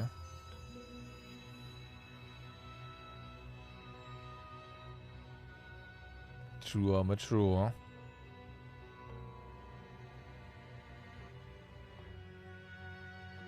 Rebooting. Well, I mean, the problem with them was like that. There was like, what was the name of the position?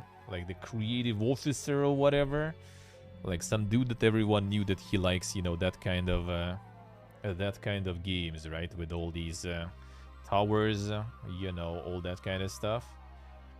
So every team knew, okay, this guy likes open worlds with towers and everything, so we're gonna make some, and then you're gonna approve it, and we're gonna get the budget, you know, and get some work and paid for that work. But then they also, like 3 years ago or something, I remember whenever like the drama started with them, right, when they like started removing some people, and they removed that position and made like, I think like that every division or something has like their own, not like one center person that decides things, and they have like their own creative control. And now everything's gonna be different, and well, not really. But yeah, the games are good if he develops 1 per 2 and 3 years. Hard to say, hard to say. I mean, so far I think they did only, yeah, what's the name? The Savage Planet. That one I think did kinda alrighty. That one did kinda alrighty. Yeah, Return to the Savage Planet. That one did okay, and they started it for Stadia even, actually. So they managed to kind of get it back from Stadia.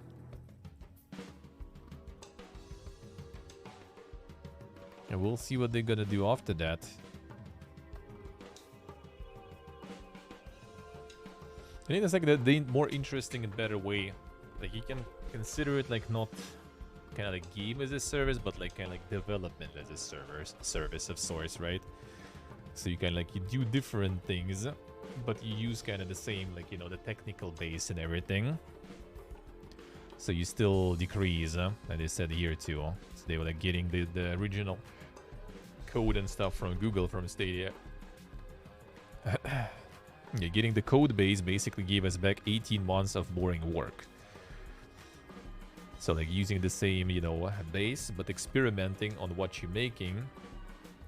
And that's how it was before though, right? Like you have like some series of games, for example, like take again, like, yeah, like the Splinter Cell or something, right?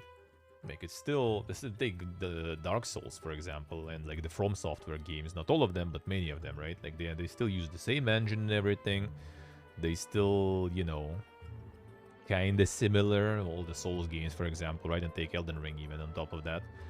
They just have something different. They have like, you know, refreshed the engine, the graphics and everything. Some new takes, some new things, something changed. And there you go. It's a new game. Like, it's not live service per se, right? Because they don't, you know, just pump one game. No, I'm not talking, I'm talking like about, you know, not modern, I guess, Splinter Cell in general. Like, I don't know, like, take any other series. Like I said, like Dark Souls, yeah, like Spyro or something. You kind of like already have stuff, you still do it, you just kind of make it as a new game. Kind of what Call of Duty is doing in a way, right? Just like less dank, you know, not every year, and with more changes, let's put it that way. So yeah, like that approach, I think, for me, for example, that approach is better. So like, you know, there is something that is out, separate, full, complete experience. I bought it, I played it, I finished it, and I forgot about it until the next one is out. I like that way more than dealing with like the live service things. Yeah, I mean like in general, like a Splinter Cell, not like the concept.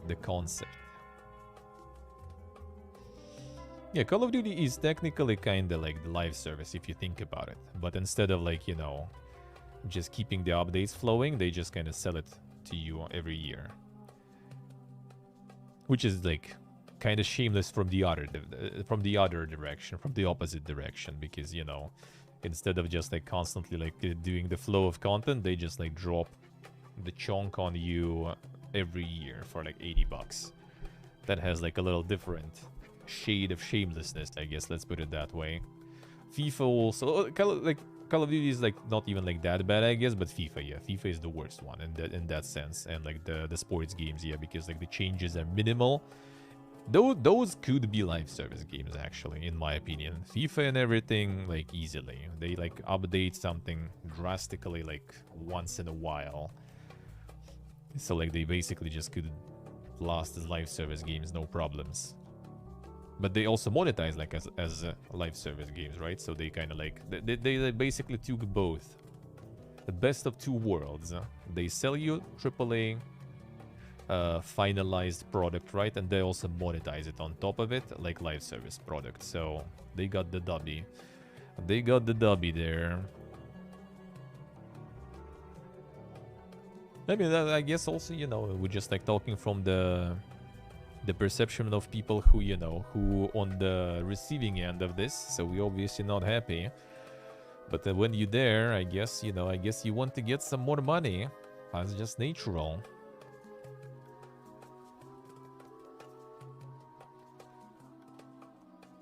Saudi Arabia looking to invest $38 billion in games. Sabi Gaming Group looking to acquire game projects but also turn to development and publishing. So they don't want to only go for the esports and stuff, seems like. Then you had Sony who got hate for using assets for God of War Ragnarok. Yeah. True. That too. That too. But that's the thing, like some of the games already kind of like they have like their own kind of audience. Like all the sports games, Call of Duty, right? They are kind of already like they have their own world. Like others already not even like talking about it anymore that much.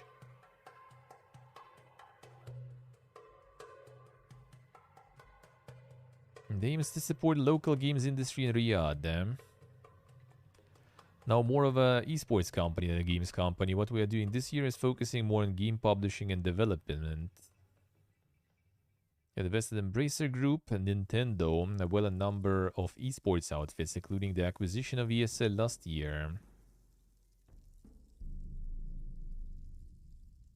About the various companies Savi has previously invested in, Ward added that we would like to use those investments to begin to work with the companies and ask how we can work together on publishing in the Middle East and North Africa. Run their esports businesses or develop new IP together. Yeah, that market is also quite insane, actually, if you think about it. But those are the markets when you need to get in, you know, with some kind of knowledge. You need a guide to get through, like Asian markets, Middle Eastern markets, and everything.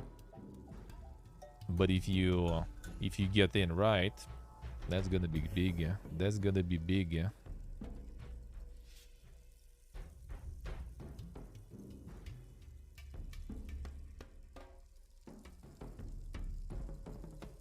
A new Street Fighter movie and TV projects are in the works. Capcom partners with production firm Legendary Entertainment to further awareness of its IPs. Company strongly believes that adapting game content into movies and television shows provides opportunities to build awareness of its brands and the wide audience that extends beyond the game market. I how it's like not even like being, you know, like it's already like full forward shameless mode. It's not like anymore like, you know, well we think it would be cool, you know, to make all the stuff you played into movie. That would be kind of cool to see, you know, the games we made into movies. No, it's just already like adapting game content into movies provides opportunities to build awareness of the brand. Yeah, no, like dude. Extended beyond the game market. It's like, come on, man. You're not even trying already.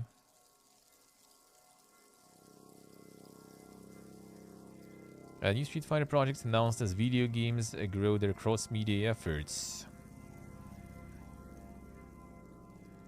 HBO's Last of Us became a second largest premiere in the last 13 years and was confirmed for a second season back in January.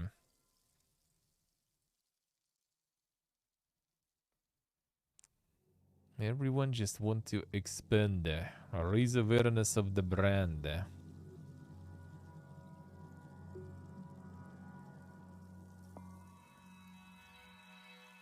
I forgot about Halo Show. Yeah, it's like the survivor bias and everything, right? Yeah, everyone just like sees some good examples and they're like, oh, we want that too. Like they don't think about, you know, like the actual failures and stuff, or like flops, or just those that didn't really make much and stuff. They just see like, you know, like Arcane. They saw the Edge Runners, you know, like raising the sales of Cyberpunk like crazy. The Last of Us, right, and stuff, and they're like, oh shit, we need that too. Like, not even like, you know, the quality, they just need the result. And we want also, you know, to hit the movies and stuff. Savi Games Group, which we're talking about just now, the Saudi Arabian one, acquires Scopely for $4.9 billion. Saudi government-owned gaming firm picks up mobile company behind Marvel Strike Force and Stumble Guys, which is like the Fall Guys kind of like free-to-play ripoff, I think, right, or something? Which, I mean, the Fall Guys already also is, right? But the one that appeared right after. 5 billion, dude. Some like the Pipiega Marvel. It wasn't MOBA, it was like some sort of like action RPG or something, right? Ignore this. Like the Fall Guys ripoff, Star Trek Fleet Command. That's probably the only kind of like, you know, actual game there. 5 billion. Holy shit. Savi Games Group shares our long-held belief that the companies who have built the deepest relationships with their players will succeed. Together as one, we will be able to further expand the possibilities of play, continuing to develop beloved game experiences for players around the world. 5 bill. Special Lords buying the world. I mean, that's smart. They got good, you know, like premium on selling the resources. They invested into something good. That's good, and that's smart. It's not like our PP, I guess, who, like, you know, for years were raking in all the resource profits, and they just kind of like put them in the piggy bank. Yeah, bro, that's sure gonna help us later.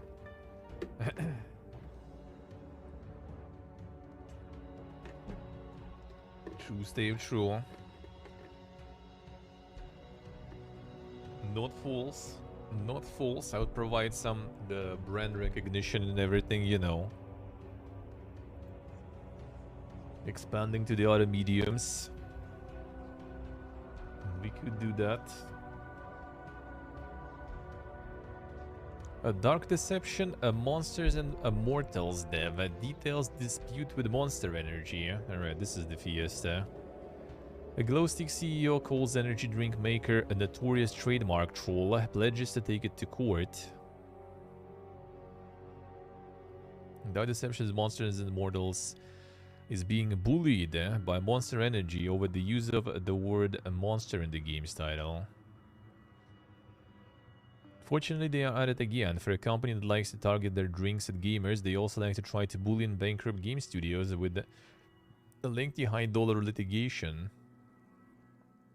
He added that the firm claims the Dark Deception Monsters and Immortals is confusingly similar to his drink brand. What?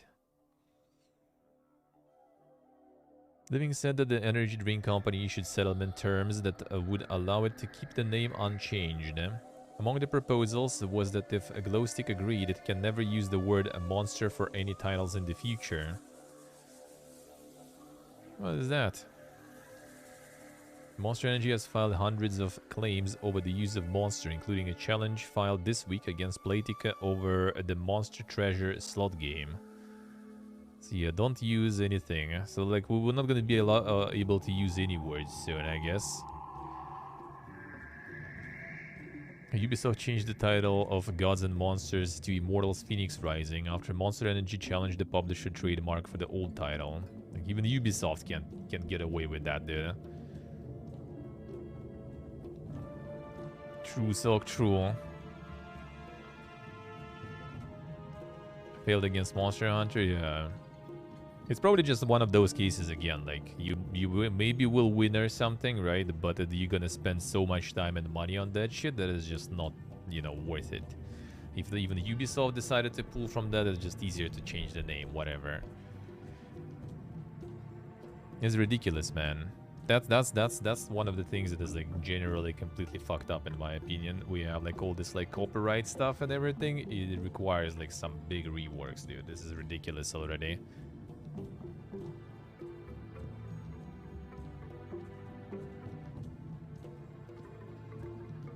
Amazon lays off nearly 100 staffers from its gaming divisions. Redundancies come weeks after the firm laid off more than 400 employees from Twitch. Yes, I see. It's not the worst music to have there.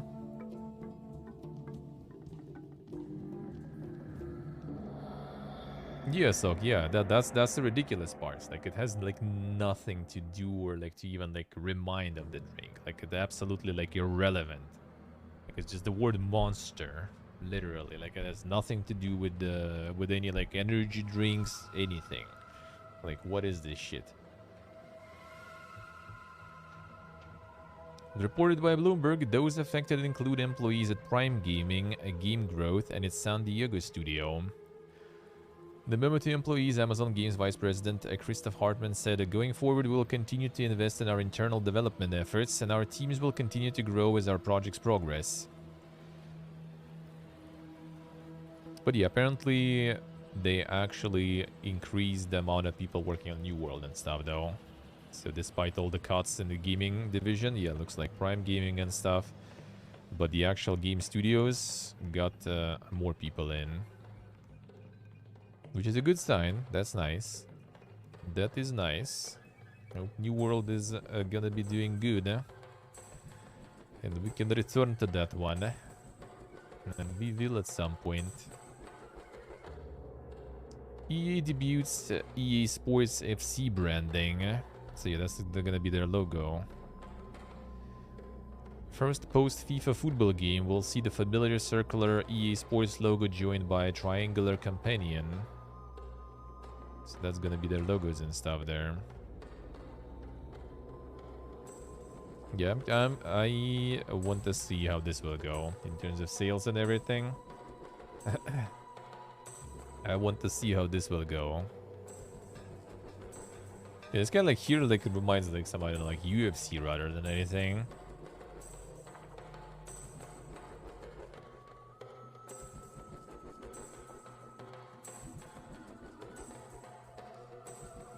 Omdia, Steam Deck's total console sales count to hit 3 million units in 2023. A research firm's report also predicts that the handheld PC sold 1.6 million units during 2022.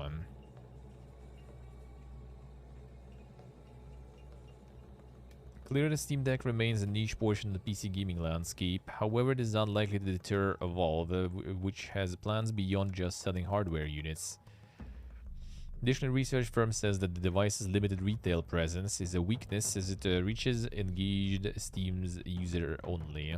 Yeah, that's it. Like it's really like it's, well, I mean, considering situation especially, right? But yeah, in general, it's just like really hard to get it here. Only resellers for a whole bunch of extra money on top of the price already. See if it will be like more available, yeah, in like retail and stuff. There'll be probably more sales for reasonable prices too, of course.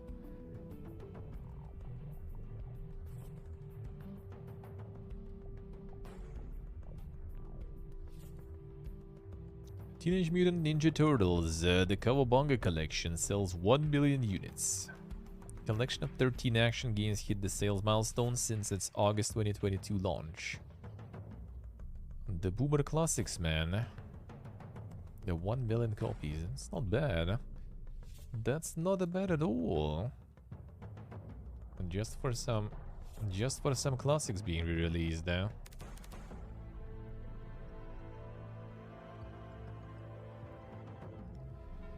Activision, DMC, Call of Duty content from Fortnite Creative.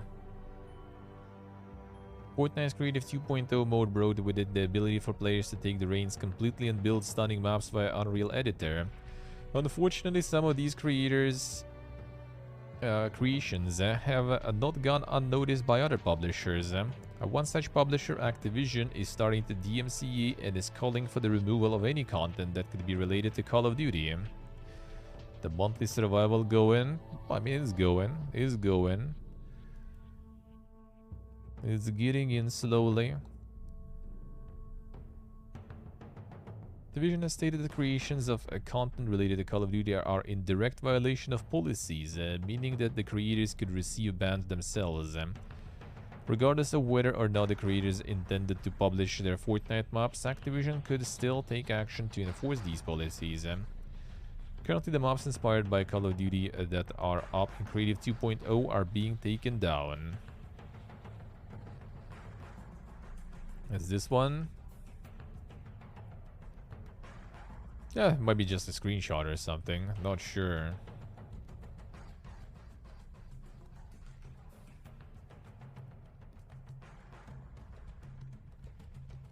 Community reactions have varied, with some players finding Activision's decision to DMC Call of Duty content and Fortnite ridiculous, while others understand that such content is in violation of their policies.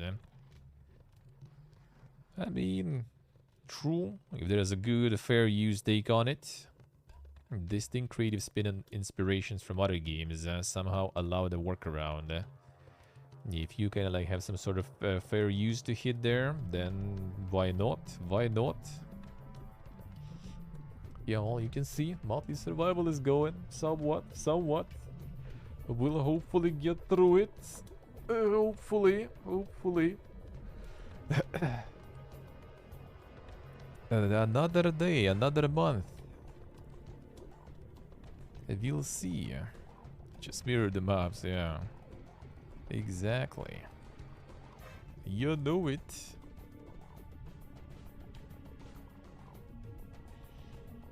Steam Deck's most played games revealed for March 2023.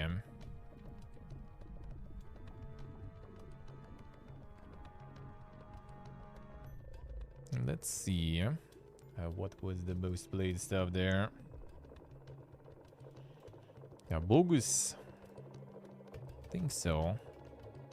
I don't have like the proper chart there. All right.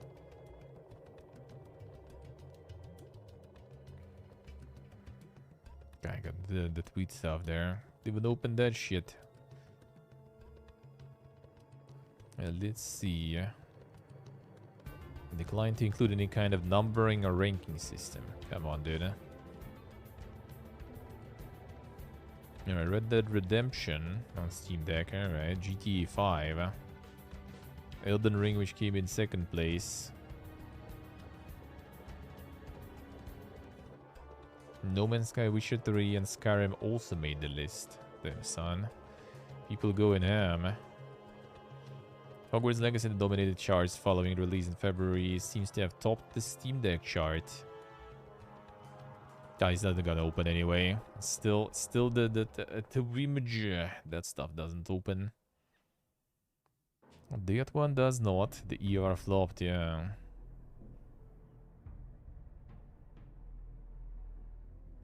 Special mention for Vampire Survivors. They might have it on Steam or something. Now, let's see if I can open this one. Some of the screenshots things also weren't opening. Alright, this one does. This one does at least. Yeah. Well, it's not with the numbers though, that's the thing. I'm not sure if it's in actual order, but I guess. Thank you. The Octopath's going ham. I still kind of like barely heard shit about Octopath, to be honest. I heard it's good, but that's pretty much all there is. They never numbered. Okay, I see.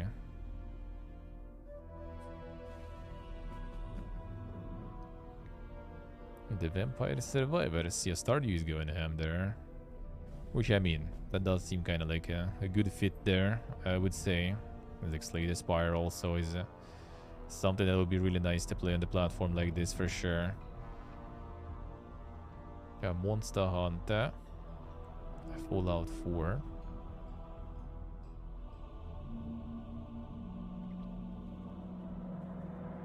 Yeah, Steve, yeah. Like Elden Ring and stuff, like, dude. I was thinking, expecting more, like, yeah, Stardew, Vampire Survivors, Dead Cells, Hades, and Brotato, Binding of Isaac, yeah, these kind of, like, fitting. Slay the Spire.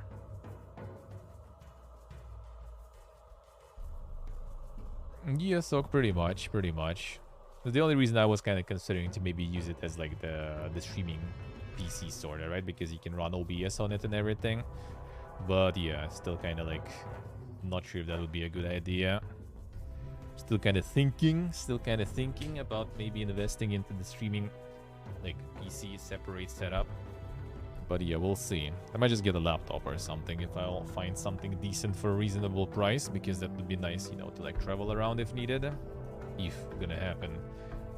And could use it as a streaming PC. I'm still kind of considering a bit. But we'll see.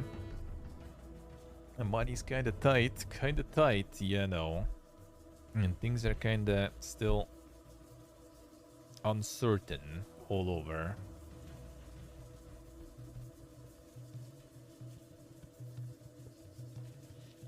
Sony's next PlayStation handheld. Following days of speculation, Insider Gaming can report that there is a new PlayStation handheld in development. Codenamed the Q-Lite, next PlayStation handheld is the next piece of Sony hardware that aims to be yet another piece of hardware that requires the PlayStation 5. Insider Gaming understands that Q-Line is not a cloud streaming device, but instead uses remote play with the PlayStation 5. Feature the console giant has been pushing these past couple of weeks. Supporting adaptive streaming up to 1080p and 60 FPS, a new device will require constant connectivity to the internet. As for the console physical features, early prototypes show the console will look a lot like PlayStation 5 controller, but with a massive 8-inch LCD touchscreen in the center. The device sports adaptive triggers for haptic feedback and will include what you would come to expect from a handheld: volume buttons, speakers, an audio input jack, etc. Q-Line is in QA phase and is scheduled to release before the PlayStation 5 Pro and after the detachable disc drive PlayStation 5. I'll see. Sony's planning to announce the second phase of PS5. We'll see. PlayStation 5 Pro is aiming for a holiday 2024 release. Potentially. A new detachable disc drive PlayStation 5. Project Nomad, wireless earphones, Project Voyager, a wireless headset. But we'll see.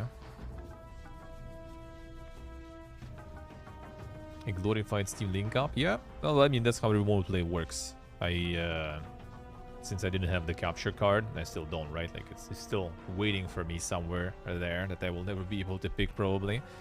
That I already kind of own, but it's not here. So when I played like Red Dead on release, when I still had my PlayStation before I sold it, that was PlayStation Remote I was using. Like God of War I played on stream, Red Dead Redemption, right? Like all that stuff I did through the PS Remote.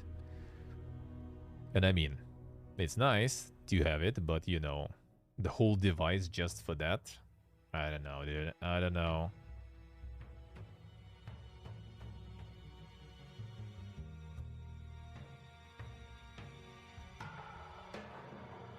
Do I not make a phone app? I think there is one actually. There used to be one, if I remember correct. Like you could run it on PC, for example, no problems. Maybe you can do it on phone too. I'm not sure.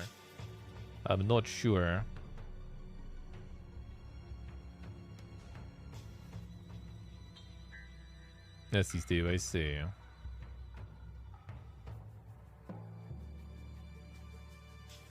I'm not gonna upgrade. I see. Yeah, PlayStation Now is the cloud one. Yeah, PlayStation Now is the cloud one. The remote, like, I don't know, the whole device just for remote. Like, the thing is, like, will you even be able to, like, use it properly? As a, like, handheld, right? Like, what is the usual use case for the handheld, right? Like, use somewhere in the transport. So do you really like I guess it's gonna have like some sort of like SIM card or like 3G whatever connection, right, to it. So imagine you like on the transport, 3G connecting, or like 4G, like 5G maybe even, you know, connecting to your home PlayStation 5 through your home router or something, right? And trying to play that way. That would be probably quite an experience, to be honest. Tell you that, dude. I'll tell you that. Not to mention that if it's like kind of transport where you don't have any connectivity or it's very unstable, then like what's the like I don't get it. Like how they expect you to like go to the couch, for example, and instead of like staring at the TV, you just like or lay down with the handheld and play. Like why? That sounds like something you're gonna have like at home mostly, because otherwise you would need internet connection. Internet connection brings all the issues that cloud gaming has, right? So like why even buy a whole new device for that? I don't get it. Like at least Steam Deck you just install on it, right? And you play there. You play offline, you do what you want. That makes sense. That's good. That's something you can take with you and you can do things on it. And what's the point of this one if it's like literally just PS Remote? I don't get it. Not to mention, again, if you go somewhere, right, for a while on vacation, like you're not gonna leave PlayStation on all that time at home, right? Or like something happens, it like goes like first of all it needs electricity, right, and everything. Second, it might like I don't know, like the power off or something, or power went off, or like someone like turned it off by accident, or it just turned off for update or something, and you just kind of like, well, shit, no more games for me now. Not to mention that you might not have even connection there again if you're in another country or something, or you have some sort of like roaming or something there, right? Which is expensive. So yeah, leave my PC on for 3 weeks. I don't know. Is this like I don't get the concept. Maybe I'm, you know, like not a visionary to understand something there, but yeah, I just kind of don't get it. Why?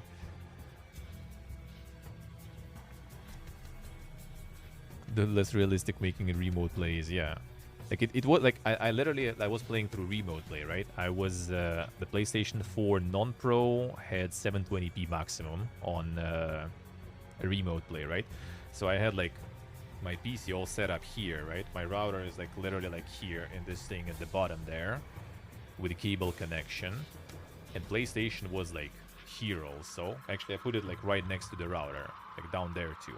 So like basically like my PC, PlayStation, and router all in the same line, like in this like less than a meter radius here.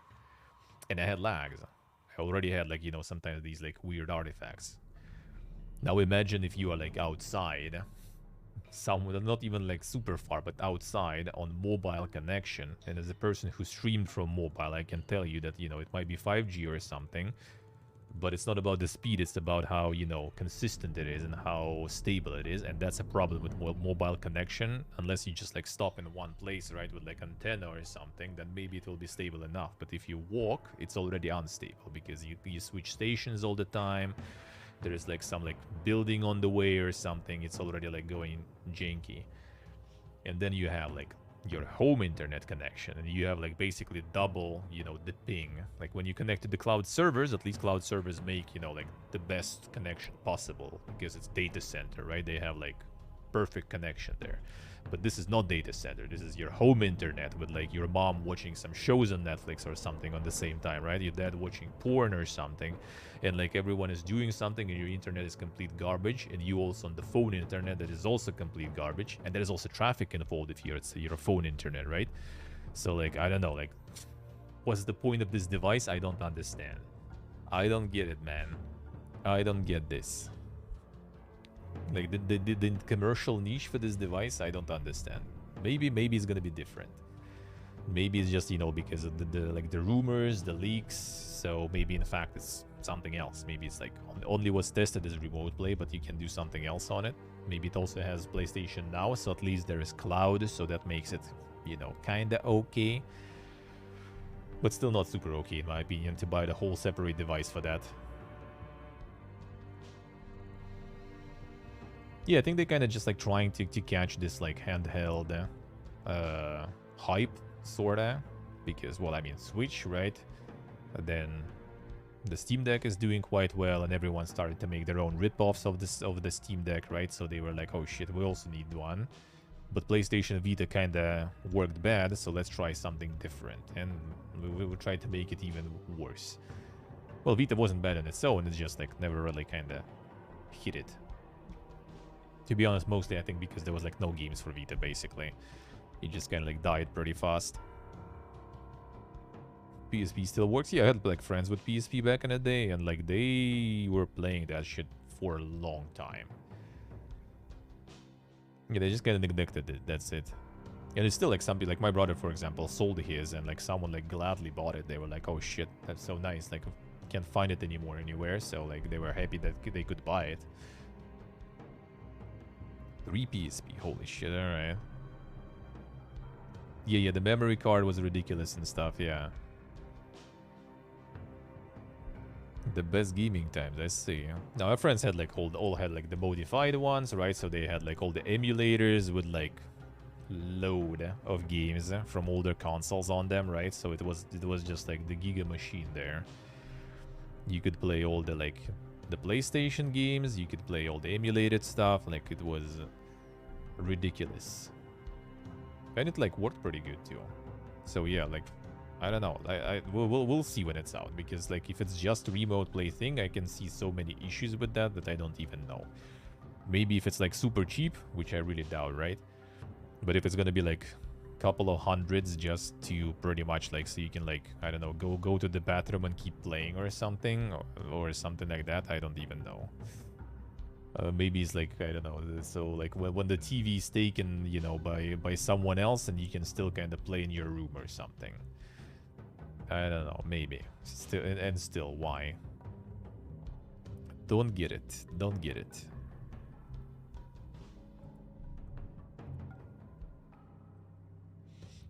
Snoop Dogg leaves a phase for around $50,000 as stock plummets. Kirk. Yeah, iconic rapper announced his position among the FaZe Clan's board of directors during last year's Super Bowl and took on the alias of FaZe Snoop. Duties were largely related to launching new merchandise and participating in key business initiatives. In return, Snoop was granted 320,000 shares of FaZe stock after a substantial acquisition in July. Stock was initially valued at 3.9 million and quickly rose to 7.4 million over the summer thanks to an initial period of hype and buzz surrounding Snoop's involvement with the group. Since then, revenue has decreased substantially. As it currently stands, FaZe Clan is a penny stock, which means that its stock is now valued at under $1 after the company went public. Yuck. So imagine like you had something that cost $7.4 million and then you end up with 53,000. Brother. And it seems like he also got paid by that exclusively, I guess. So like there was no other probably remuneration for him. Yeah, so like he was awarded shares, and so basically he worked for them 7 months, basically, yeah. Final payday for his 7 months of service as a member of the board amounts to $53,000. Dude, he probably makes more by like going on the scene once and like singing one song. Like you just go like on some like events, sing like smoke weed every day, and you got your 50,000 bucks and you go home. Like that meme, Pipiega Patriotic song that was in the meme game on Steam, right? Like that guy, they invited him to sing on like some sort of like some town's anniversary celebration, right? Just go out on the scene, sing one song, and you gone. And yeah, he asked for like 50,000 bucks basically for that. Just like 5 minutes of your time.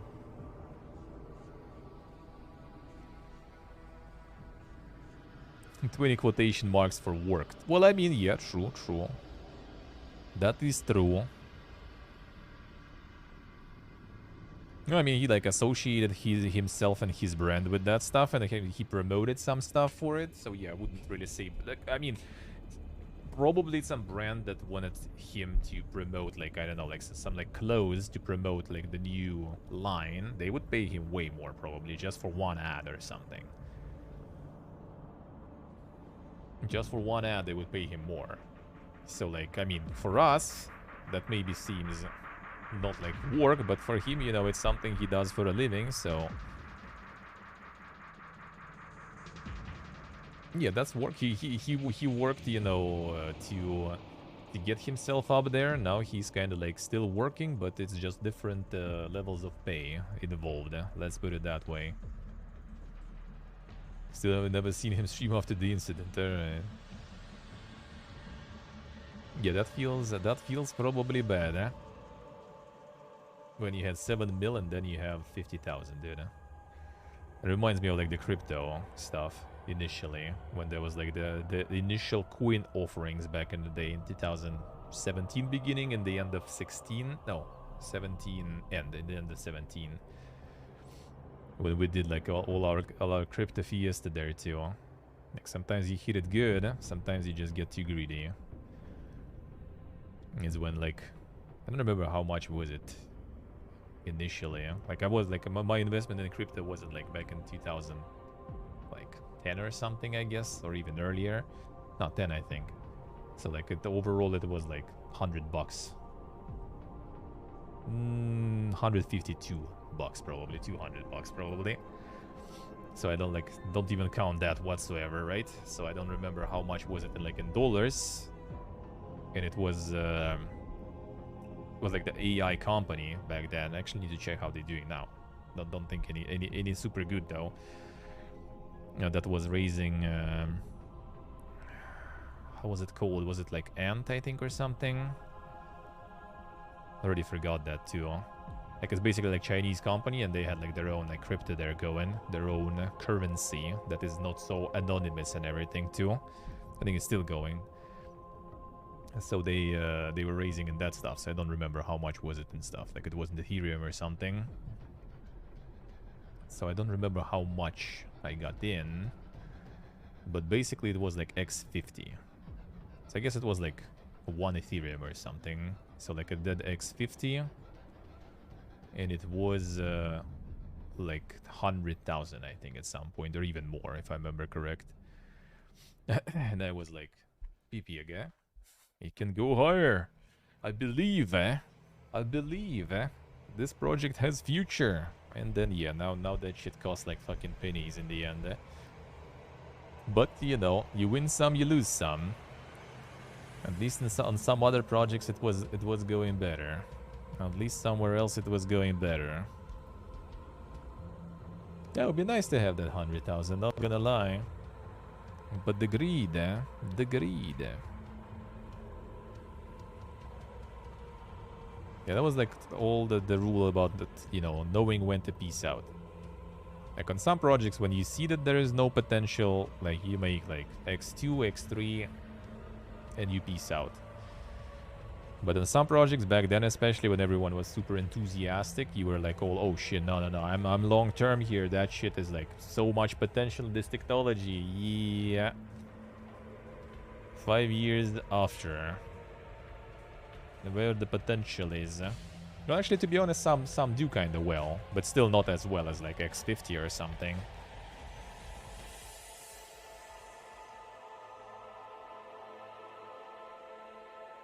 A No Man's Sky update brings procedurally generated ships.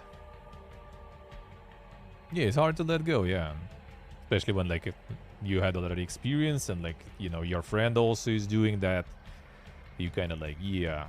You into this one? Yeah, bro, like this one's gonna be good, I'm in. So we all in, and it does good, but then, you know, poof, and it's not good anymore. And also kind of in an instant. But, you know, it is what it is. As I said, like, if I would just, like, sit in all those bitcoins that we had back in the day without touching anything, I would have had way more than after, like, you know, all these, like, movements there. Literally just sit in Bitcoin. Done. Don't even move, Hello Games released the mid-major No Man's Sky update, Interceptor, that brings a range of new technology and concepts into the game. Not an enormous update, but it's sizable, and since Hello Games worked to recover No Man's Sky from its ill-fated release, it has been constantly adding in a more top-tier content than players can realistically even handle. Then there's Q-Stave. Damn son, everyone wants to play on this glorious Sunday. I see. Everyone at home on holidays, dude. They want to play the game.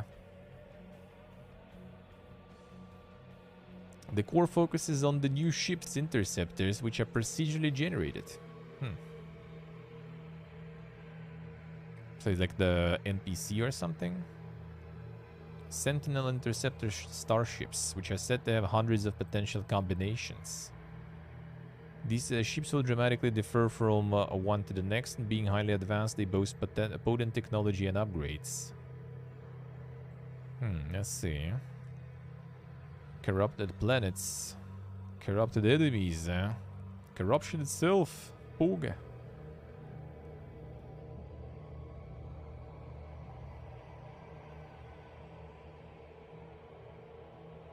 You don't have one around them, son. The VIP queue.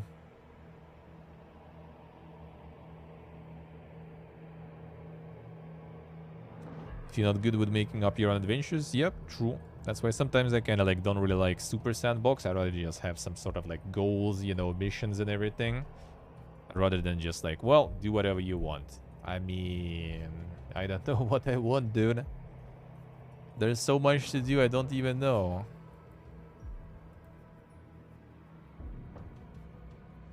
Cyberpunk's Overdrive mode will fry your PC.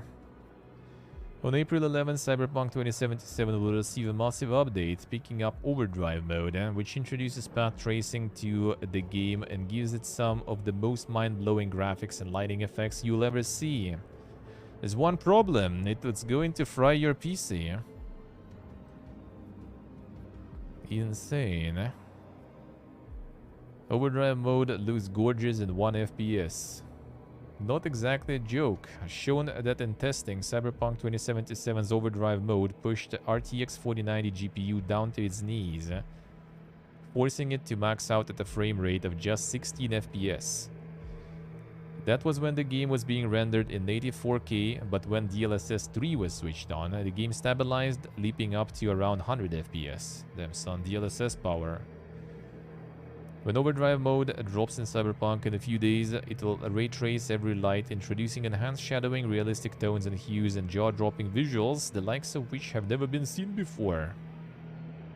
That's provided you have a good rig, as the showcase below was recorded on a PC running an Intel i9-12900K and an RTX 4090 with Overdrive mode, a reflex, and DLSS 3 on. Well, show me. Alright, everything full. Oga. All together, sure. Full ray tracing models. All properties of light from an unlimited number of emissive sources. Delivering physically correct shadows. So it's like the giga tracing there.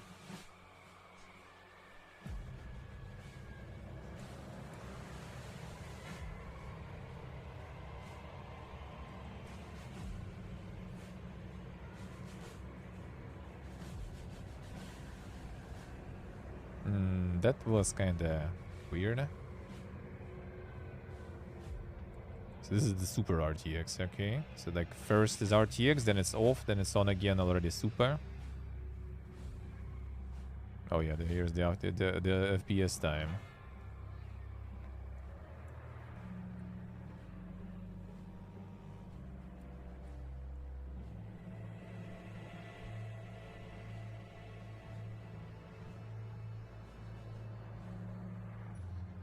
That doesn't look as good as I would expect from, you know, something that will burn my PC, to be honest.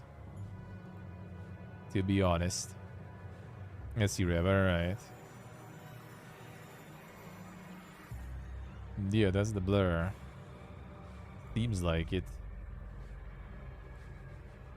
DLSS 3 is weird, how so? How so?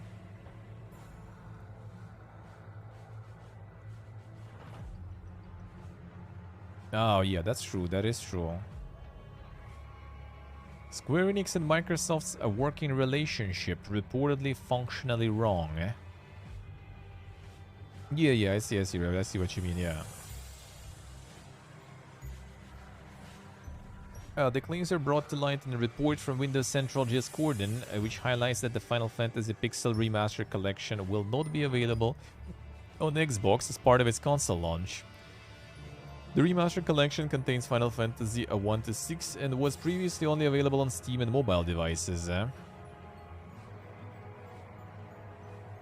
Oh yeah, the Diablo video. True, stay true. Quite clear that something has gone terribly wrong between Microsoft and Square Enix to the detriment of Xbox fans who enjoy Square Enix's titles. There is no sign of the relationship improving anytime soon either. Well, I mean, Sony happened, I guess. Yeah, Sony excluded upcoming Final Fantasy 16 from release on Xbox.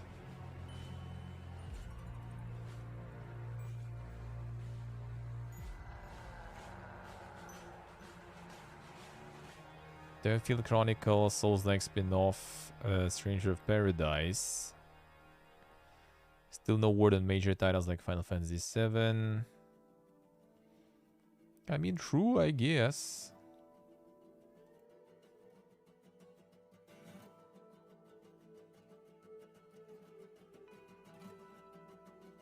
The Mercenaries update has microtransactions and missing characters. Aha, beautiful. Free to play, free to consume.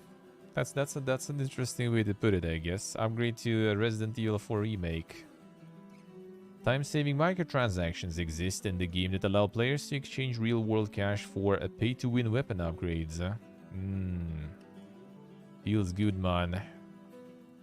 What a time to be alive.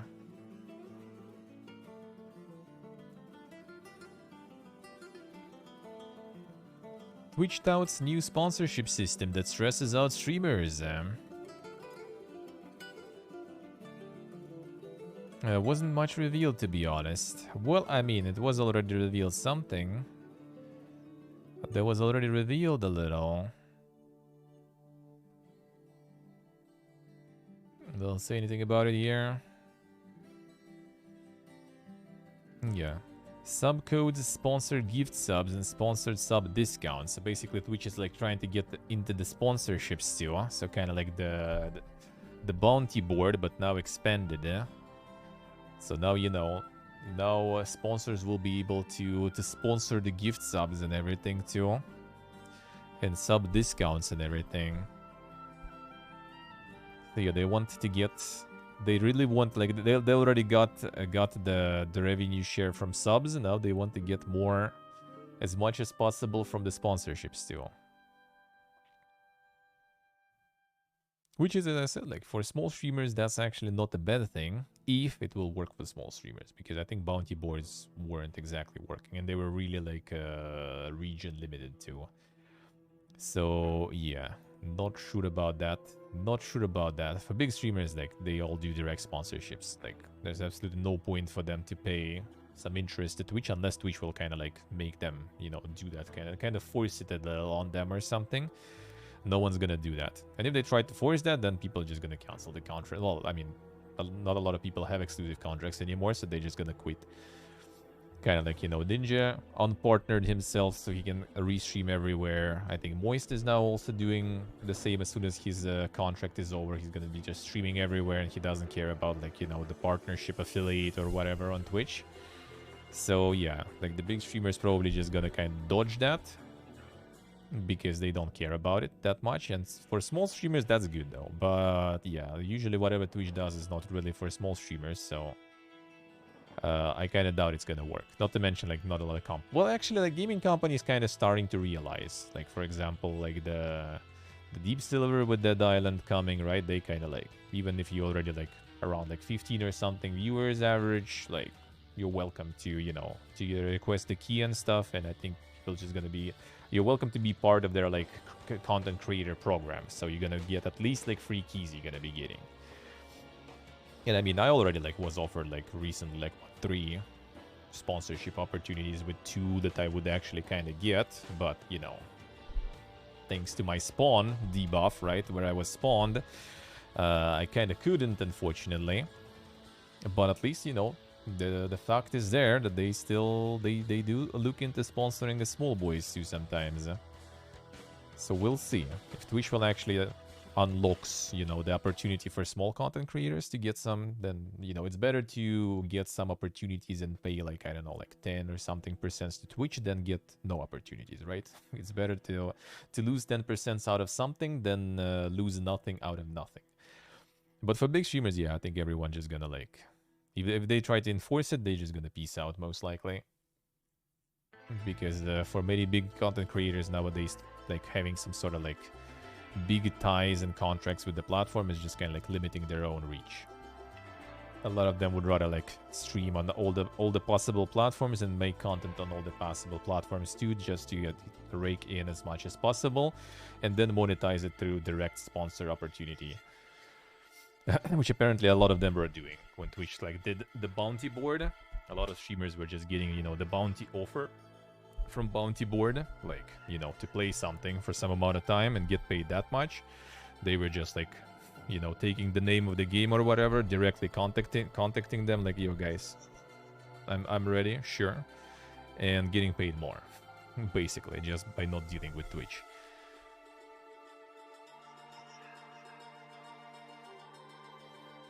Yeah, pretty much. Yes, exactly, I see. Coming for them, I see. Well, doesn't make it a good thing, but yeah. As long as it's not, you know, too pushy, then whatever. With the microtransaction galore. So yeah, we'll see. We'll see about that one. We'll see about that one. How this stuff will go with all the sponsorship stuff. I mean, they did actually even, like, invite me now in the ad incentive program, even though you don't get any ad revenue, just like any other revenue from Twitch, right? They still did send that. I didn't look how much they even offer for that stuff, because like pointless. I'm not getting shit out of it, right? So like, why would I want to run more ads for nothing? Like, I barely added the necessary to remove pre-rolls and forget about it quite often still. Running more to get nothing. Good out of curiosity at some point. We'll see. But that's like auto. You need to put it on the auto run, I think. And then you have no control over it. So at least you don't forget about it. But that's also going to be kicking in on the times where I'd rather not have it kick in. So whatever. I gotta look at the numbers though. How much will it be? I'm curious. I'm curious.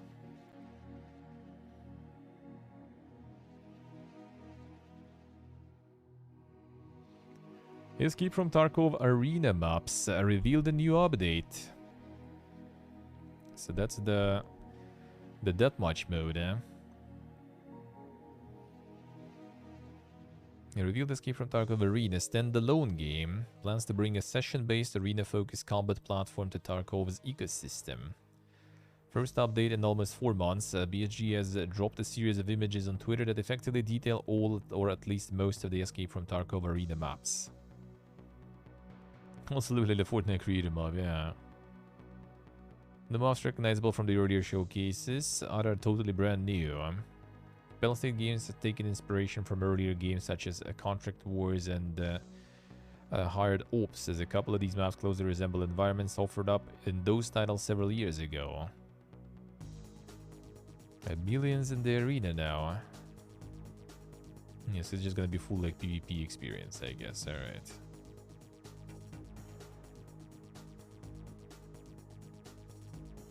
We'll see. We'll see.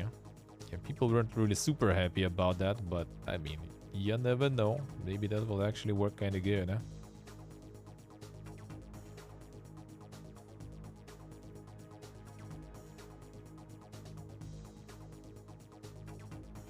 Hellas Asylum won't be happening after all. It's all over now. Yeah, it's going to follow Madness Returns as a third installment. Since then, American has revealed various bits and pieces of the work going on behind the scenes to make the game happen. Electronic Arts, the publisher and owner of the Alice IP, was uninterested in backing the project. They were also not willing to sell the IP back to Americans so that he could find a new publisher for Asylum. No, so he wasn't even like doing anything with it. Huh. I even established Patreon there. I see. A variety of backers in the shop to support the production of Alice Asylum. American McGee has just announced that the third game cannot happen after all.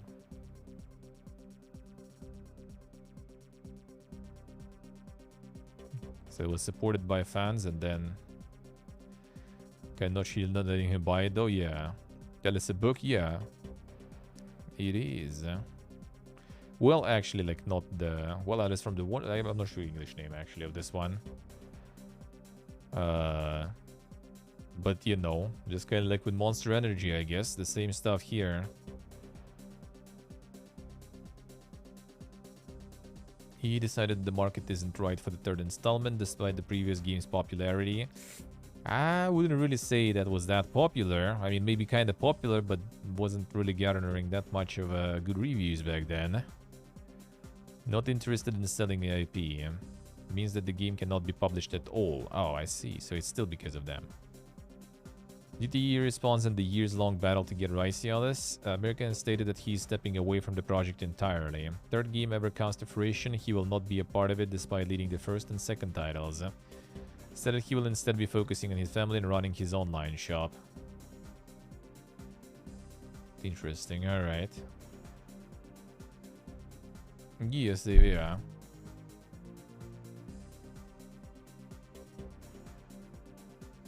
That's a kick, dude, eh?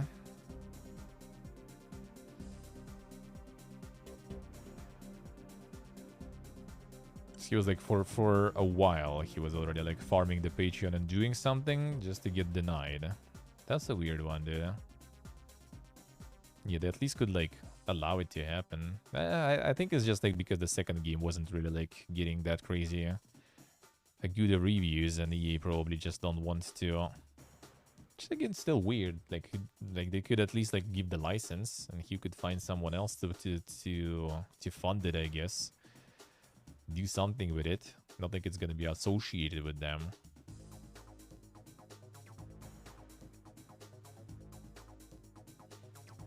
Odyssey, a Blizzard survival game, maybe multi-platform. Titled Odyssey, and it's not a code name, that he believes it'll be a multi-platform title. Information comes more than 8 months after Corden revealed he'd taken a close look at an early build of Odyssey, and there's a lot of conjecture being thrown around. Jason Schreier backed up the codename Odyssey following the first reveal, but since then Corden has claimed that it's the actual name of the game.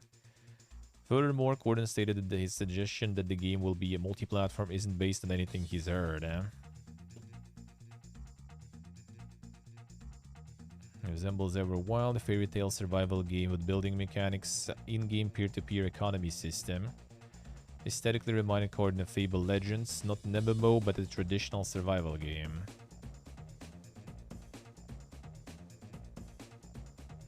I don't know if it's like here or not, because there was like some other rumors, or was it the same guy? That is kind of like not very far away from release already.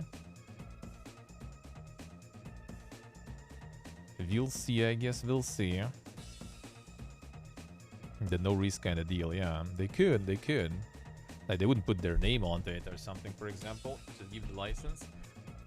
And get their royalties from success, kinda, right? And that's it.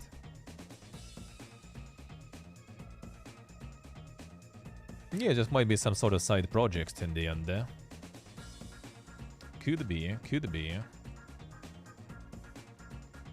Alright, let's see the video then.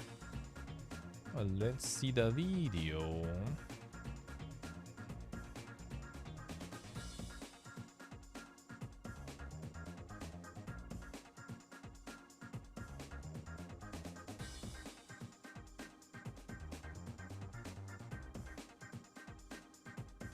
Let's see.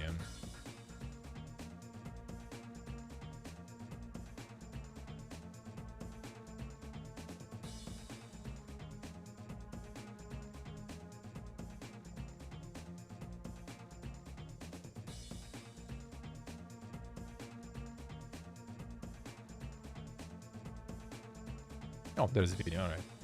Thank you, sir. Okay, this we already saw. This we got. All right. Let's see the video. Please see.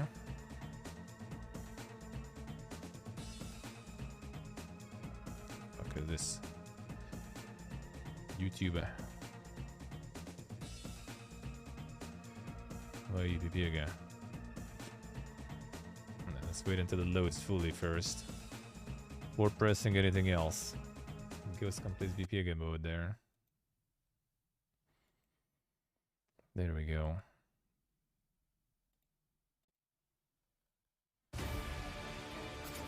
Sure.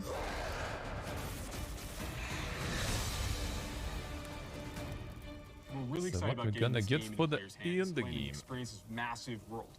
A main cornerstone of D4 is play your way. As a player continues to advance through the story and into the endgame, they'll unlock a ton of brand new activities that provide meaningful progression, no matter their playstyle. Players to be able to keep progressing in the narrative of the game. Alongside that, the whole team has worked on crafting a variety of different experiences players can pursue. We're going to have an entire world of Sanctuary for our players to offer. There's going to never be an absence of something to do. After the player has finished the campaign, there's a lot more game to go and participate in. They gain access to a special, what we call capstone dungeon that they have to complete. Once they're able to finish this capstone dungeon, they're going to gain access to the first world tier. As you complete the world tier, it will open up the opportunity for you to go into your next world tier. That Well, involves that's unlocking the powerful difficulties, loot, okay. new items, and more advantages for your player to have a better That's- opportunity at end game. Whether you're a fan of That's dungeons, the old stuff. PvP, or just roaming around the world, there's a way to continue your Diablo adventure long after hitting max level. As your character continues to grow in power, And on you'll start with the tier skill 2, tree I and think, expand like out in into the beta, I Paragon guess. system. A lot of the choices the players make are grounded on skills themselves and the fantasies associated with those skills. The Paragon board is a place where we're allowed to have a lot more depth, a lot more customization, many more options as you go. You can rotate the board, so you can choose a different path if you're like, I want to do more strength-based things, or I want these particular boons or glyphs. You can chart your path through it, and they're really a way for you to keep expanding your character and making it some unique ding for stuff. yours. Similar to the Paragon boards is the Codex of Power. It's an in-game system that holds the aspects related to the character. You are able to complete a dungeon, and they will have a chance to drop an aspect that you can pick up. And what this allows players to do is Chance. take items they're finding in the world and make them more powerful, turn them into legendary items. Those It's are really guaranteed in special the to demo, I discover think, what in the kind of beta. playstyle really means the most to you. Every part of Sanctuary is fulfilling and satisfying. Dungeons in particular are really close to my heart. Nightmare dungeons are going to give the players the opportunity to experience a dungeon that they might have already experienced in their past playthroughs. They'll enter the dungeon with a found sigil that alters the playstyle and the intensity of the dungeon. They're more difficult, and they have additional objectives, and then they also have affixes, which add a degree of difficulty for you and your group to work through. One of my favorite affixes that you can find in Nightmare Dungeons is actually called Hellgate. Occasionally, these portals will open up throughout the area that will just pour out different monsters that aren't native to that region for you to also be dealing with while you're trying to handle everything else inside the dungeon. There's over 120 dungeons to play through and find in Diablo 4, and any one of them can become a Nightmare Dungeon by finding a Nightmare Sigil and then using it to activate the Nightmare version of that dungeon space. Everything's a little darker, everything's more difficult. It's going to add a little bit of a twist of flavor on your particular dungeon. All right.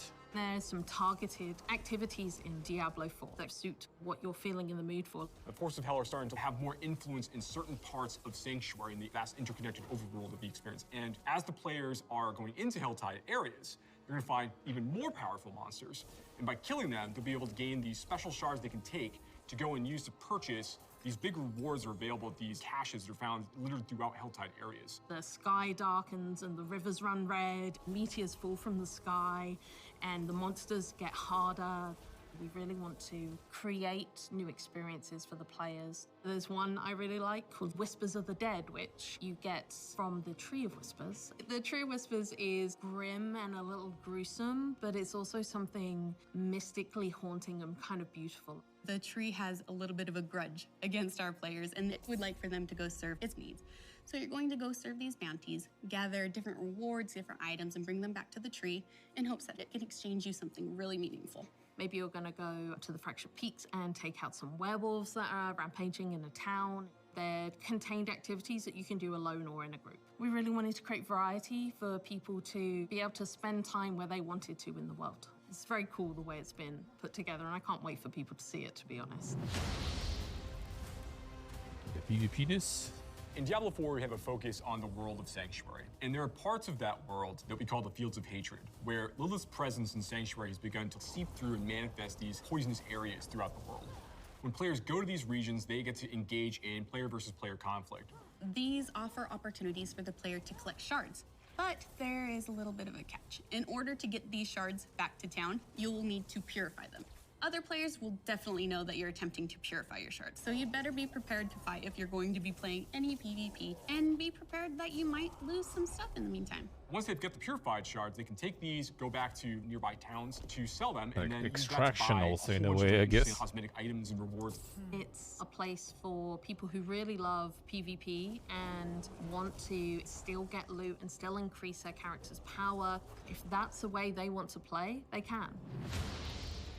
Let's see. Launch is just the beginning. One of the things we're really focused on is creating a living, breathing set of updates for players to engage with after the game has gone live. It's really just going to be a way to keep coming back and experiencing more Diablo 4 in fresh ways. We're really eager to hear all of your experiences and just enjoy the entire story with you all. Well, that we're gonna see. Because, yeah, keeping up with the new leagues and everything is something that they are not very good with.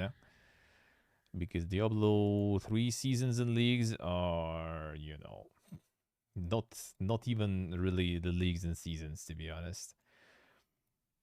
They are like readjusting some numbers on some sets, you know, make some other set a little more powerful, another a little less powerful, and that's pretty much it. He did more that? Yeah, I actually did not. Let me see if I can. I was mentioning it for like a couple of days already, but I didn't actually get it myself though. Thank you. Feels good, man. Got him.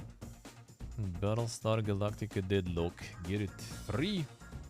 Free. No clue why someone would pay $70 in microtransactions. Path of Exile exists. I mean, true. For outsider, I don't see the point really. Just ARPG and ARPG.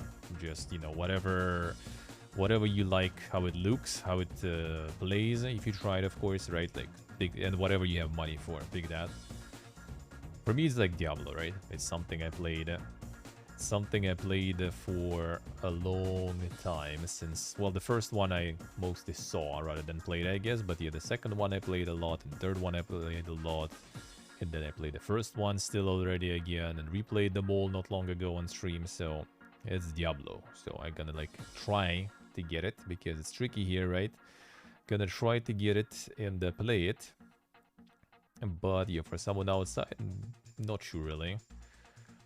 If anything, it's kind of good for the playthrough, just because CGI is gonna be insane, 100%. So at least it would be kind of worth, you know, kind of watching, because like the CGI is gonna be good. The story maybe will be like not, you know, super godlike, but it's gonna be beautiful. Let's put it that way. Maybe not like super interesting, but beautiful. That's for sure. Like the CGI is already existing are insane, and there's gonna be more. So that's nice. Just for the playthrough, that's already gonna be fun. And like trying different classes. You know, some people just play single player ARPGs, right? Like Wolsen, you know, and like the Grim Dawn that people recommend a lot. Like you can just, you know, just play through it just for the sake of it, right? Even though it's not multiplayer, it has no leagues, it has no end game. You just kind of play through it, do stuff there, and peace out. You know, why not? So that's kind of the same, even though it's more expensive than Grim Dawn and everything else, right? But yeah, I think you can still kind of appreciate a little bit of that. In the end game, so like the campaign you're gonna have, I guess, kind of like in a beta. You have like first difficulty, second difficulty available. Then third and fourth you will need to unlock. I think someone said that the difficulty is gonna like persist between characters, so you're not gonna need to do campaign all the time on every character. I wonder how leveling gonna go though, because you still need to level characters. In Diablo 3, I remember that was annoying. We were basically usually just as a group just having some high level characters, just like putting the low level character in the group just to, you know, like kind of level them up speedily to the top, to the max level, so you can do end game. That's what we usually were doing, I think. It was kind of annoying, just waste of time really, getting those levels up and everything. But I mean, it is what it is, I guess. But yeah, also like the leagues, depends how the league's gonna go, because Diablo 3 leagues and seasons are not interesting really. It's like if you feel like playing, you can just return and play. Like it's not like Path of Exile, right? When everyone is just like sitting, oh shit, new league announcement, oh shit, new mechanic, oh shit, POG hype. Like it's just like, oh, new league, and I kind of want to play. I gotta go play. Like what's new? Oh shit! Like this set is now, instead of like 1 billion damage, it does like 1 billion and 1 billion 1 damage. Oh shit! Insane. Let's go. You know, because the damages are insane there now nowadays, I think.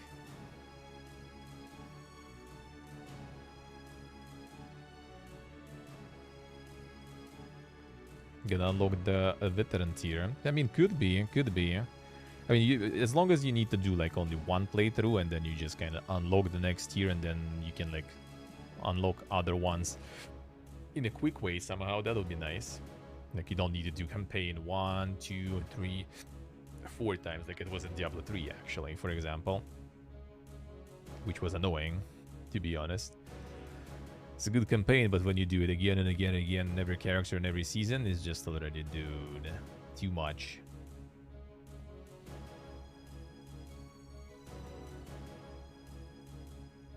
So yeah, what else?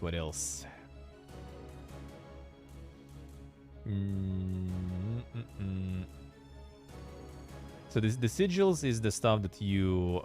deterministic loot, I think, was the sigil in the beta. Maybe they will do it differently. So like in the beta, you were doing the dungeon and you were getting awarded this kind of like affix for your legendary. So you have like piece of gear, and you have this affix that you get from the dungeon as a reward for finishing it. And beta it was guaranteed, I think. Like every dungeon was showing what kind of like ability you're gonna get there if you finish it. You finish it, you get that ability. And then you can attach that ability in crafting mode to your piece of gear, making it like tier higher. So like from like blue to orange, for example. There was no green items yet. The set items weren't in the beta, so I don't think you will be able to do anything with those. Well, I'm rather not sure you would be able to add those ability to green items. Maybe you will. We'll see. Usually those are like the unique items, the greens that has like sets and everything already if you wear a few of them. So we'll see how that will go. In the beta you were having on the orange ones, and you can make yellow or orange out of yellow by adding that ability that you got from the dungeon. And there was like, I don't know, like 10 or something, or more dungeons, more probably like 15 or something dungeons in the demo, and you could in the beta you could do them and get all those abilities, which I did all of them. Yeah, different, but like not so different, I guess.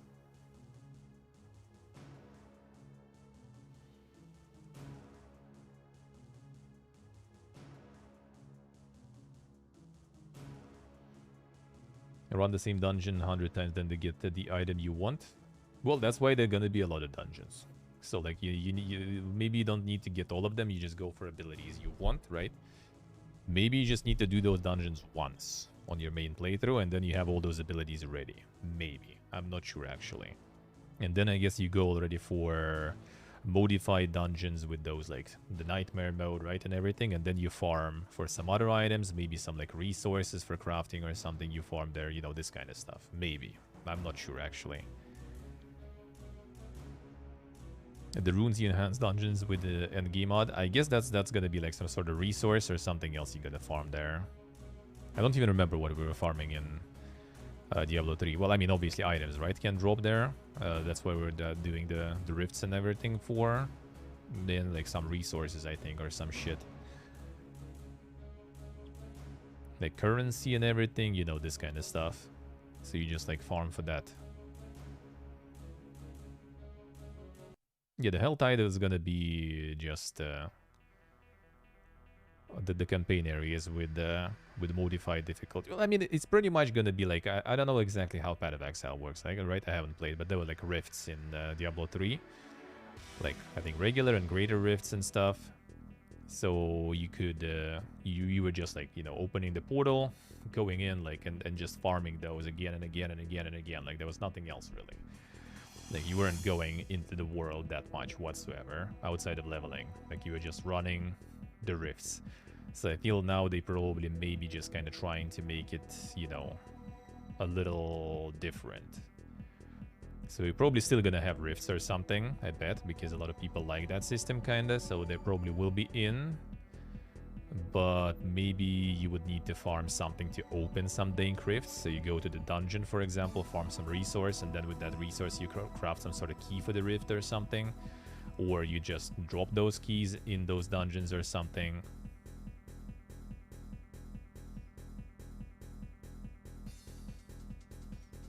The maps at the end with the huge atlas you have to complete, alright. Yeah, and the Diablo 3 is just like open portal, go in and do stuff. That's pretty much it. After you leveled up. So you just go in and you farm for, you know, like the paragons and for items, basically, for the set pieces. As soon as you got like all the set and everything, you good. After that, you can go already like greater rifts or whatever, and that's where you kind of already can, you know, like challenge yourself, like to do that stuff faster, like last longer and everything. I don't remember already how was it. There was some timer I think for it or something. I don't remember. And you just go ham. That's pretty much how it was there.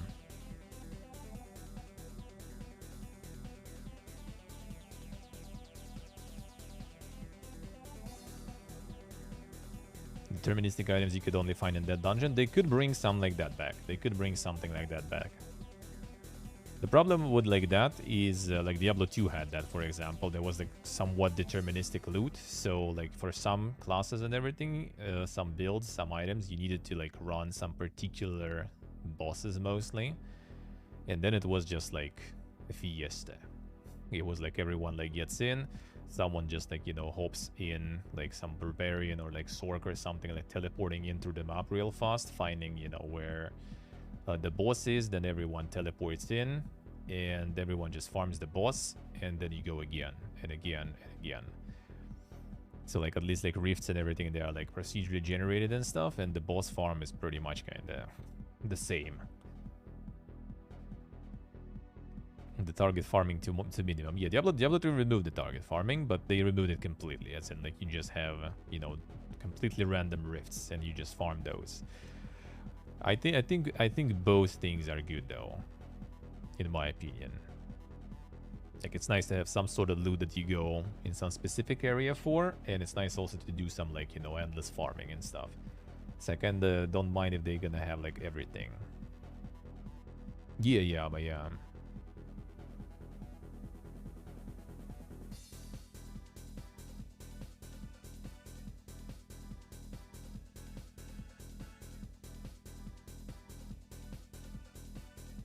Wait, challenges with the microtransactions? Wait, which ones? Which challenges?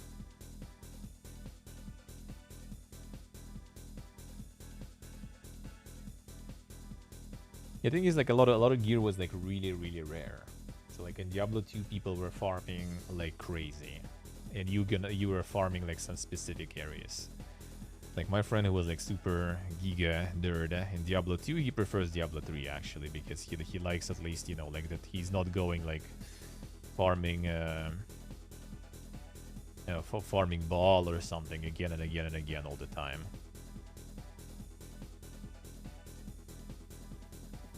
Oh yeah, Steve, yeah. The wings and stuff, yeah.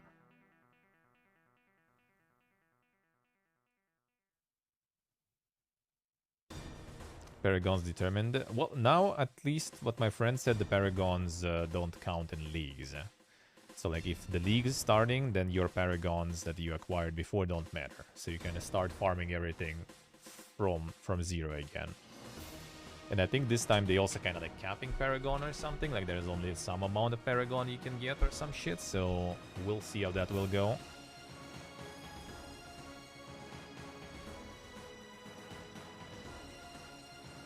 Yeah, paragon is capped this time, yeah. So they at least kind of like took some of that. And not gonna affect league from the beginning. All the paragon you grinded before, so that should be fine. And we'll see. I just like, as long as they get a lot of like different activities, it will be fun. Like the thing is, like I'm not planning to, you know, like go ham. Like it's gonna be fun for a while for sure. Like month or two is gonna be like super fun. You get all the playthroughs done, level all the characters, try different stuff, right? Try all the content that they have for the end game, and then yeah, I'm probably just gonna be piecing out, and maybe depending on how they make leagues, maybe once in a while I would return. But if it's gonna be like Diablo 3, then I kind of doubt it. Like I never had a feeling to return for the league in Diablo 3. Like whenever we actually like returned and played with friends, I think we just played like casual or something, like the regular like play. I didn't even know about leagues, I think, back then. We just went in, played together for like a month or something, and since then I only like did my playthrough on stream like a year or two ago, 2 years ago, I think. It's like sometimes you can feel nostalgic for it or something in return, but like the leagues weren't really like Path of Exile. As I said, I see like people hyped about it all the time. It brings all the people back. People at least give it a try if they feel like it, right? And Diablo is just kind of like, oh shit, another league. Well, I kind of feel like playing. Let's go check it out. And then like after a couple days, people are out. Like not always, but quite often. Because it does not anything. It's just like shuffles some numbers, you know, changes some things that you don't even like feel that much, and that's it. Basically, it just kind of like changes the meta a little. Like different build gonna be more powerful because like they change sets around. So last season you were this build, and this season you're gonna be this build, for example. And then probably I would assume like over this many years you already kind of still played all those builds anyway, and you know, not much of a difference there.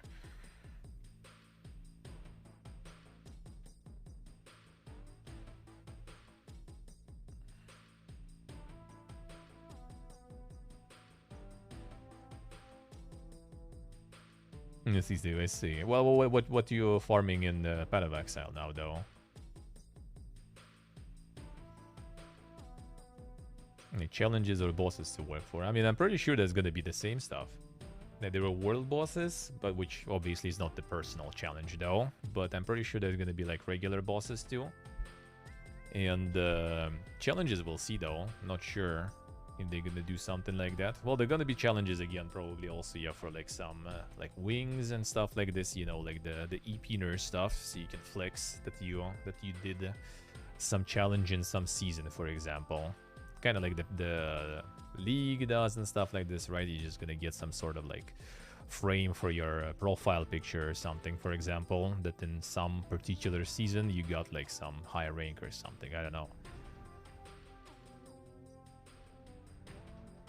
The Giga and bosses only do in game. We'll see, yeah, because in 3 there was none really. In 3, like your end game, your end boss was like the Greater Rift or something, mostly.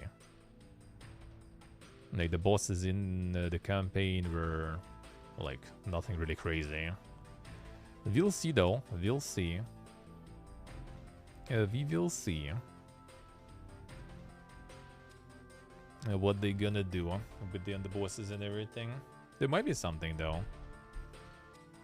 The Goblin boss. Yeah, like so some of the like random rifts were actually cool, though. Like when we're getting to some like PPG worlds and everything, that was nice. That was always fun. That's what Lost Ark also kind of using from Diablo 3. And that worked kind of alright, I would say, there. But it was also kind of not super like challenging. And in Lost Ark, you are not really getting, you know, the loot drops, right? In Lost Ark, you just mostly were getting like resources. And farming resources is not as exciting, to be honest. Like the best farming experience when you have a chance to get like some giga drop. Just resources is kind of like, I mean, it's okay, but it gets old fast.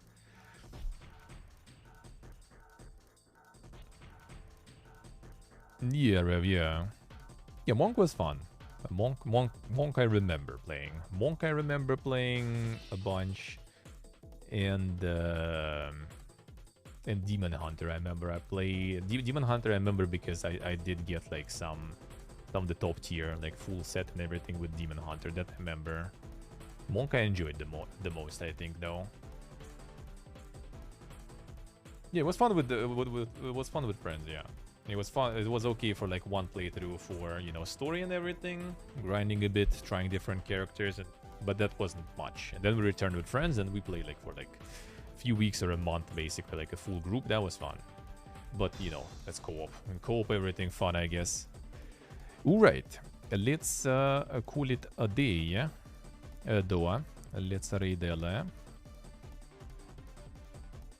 There we go. So I will be back. I will be back in a bit, in like 40 minutes or something on YouTube. We're gonna do a little bit of Unity today. Back to fixing. Yeah, thank you, Sok. Fixing not fixing. It already works, but some things still require ironing out with the UI stuff. So yeah, we're gonna do some more of a Unity stuff.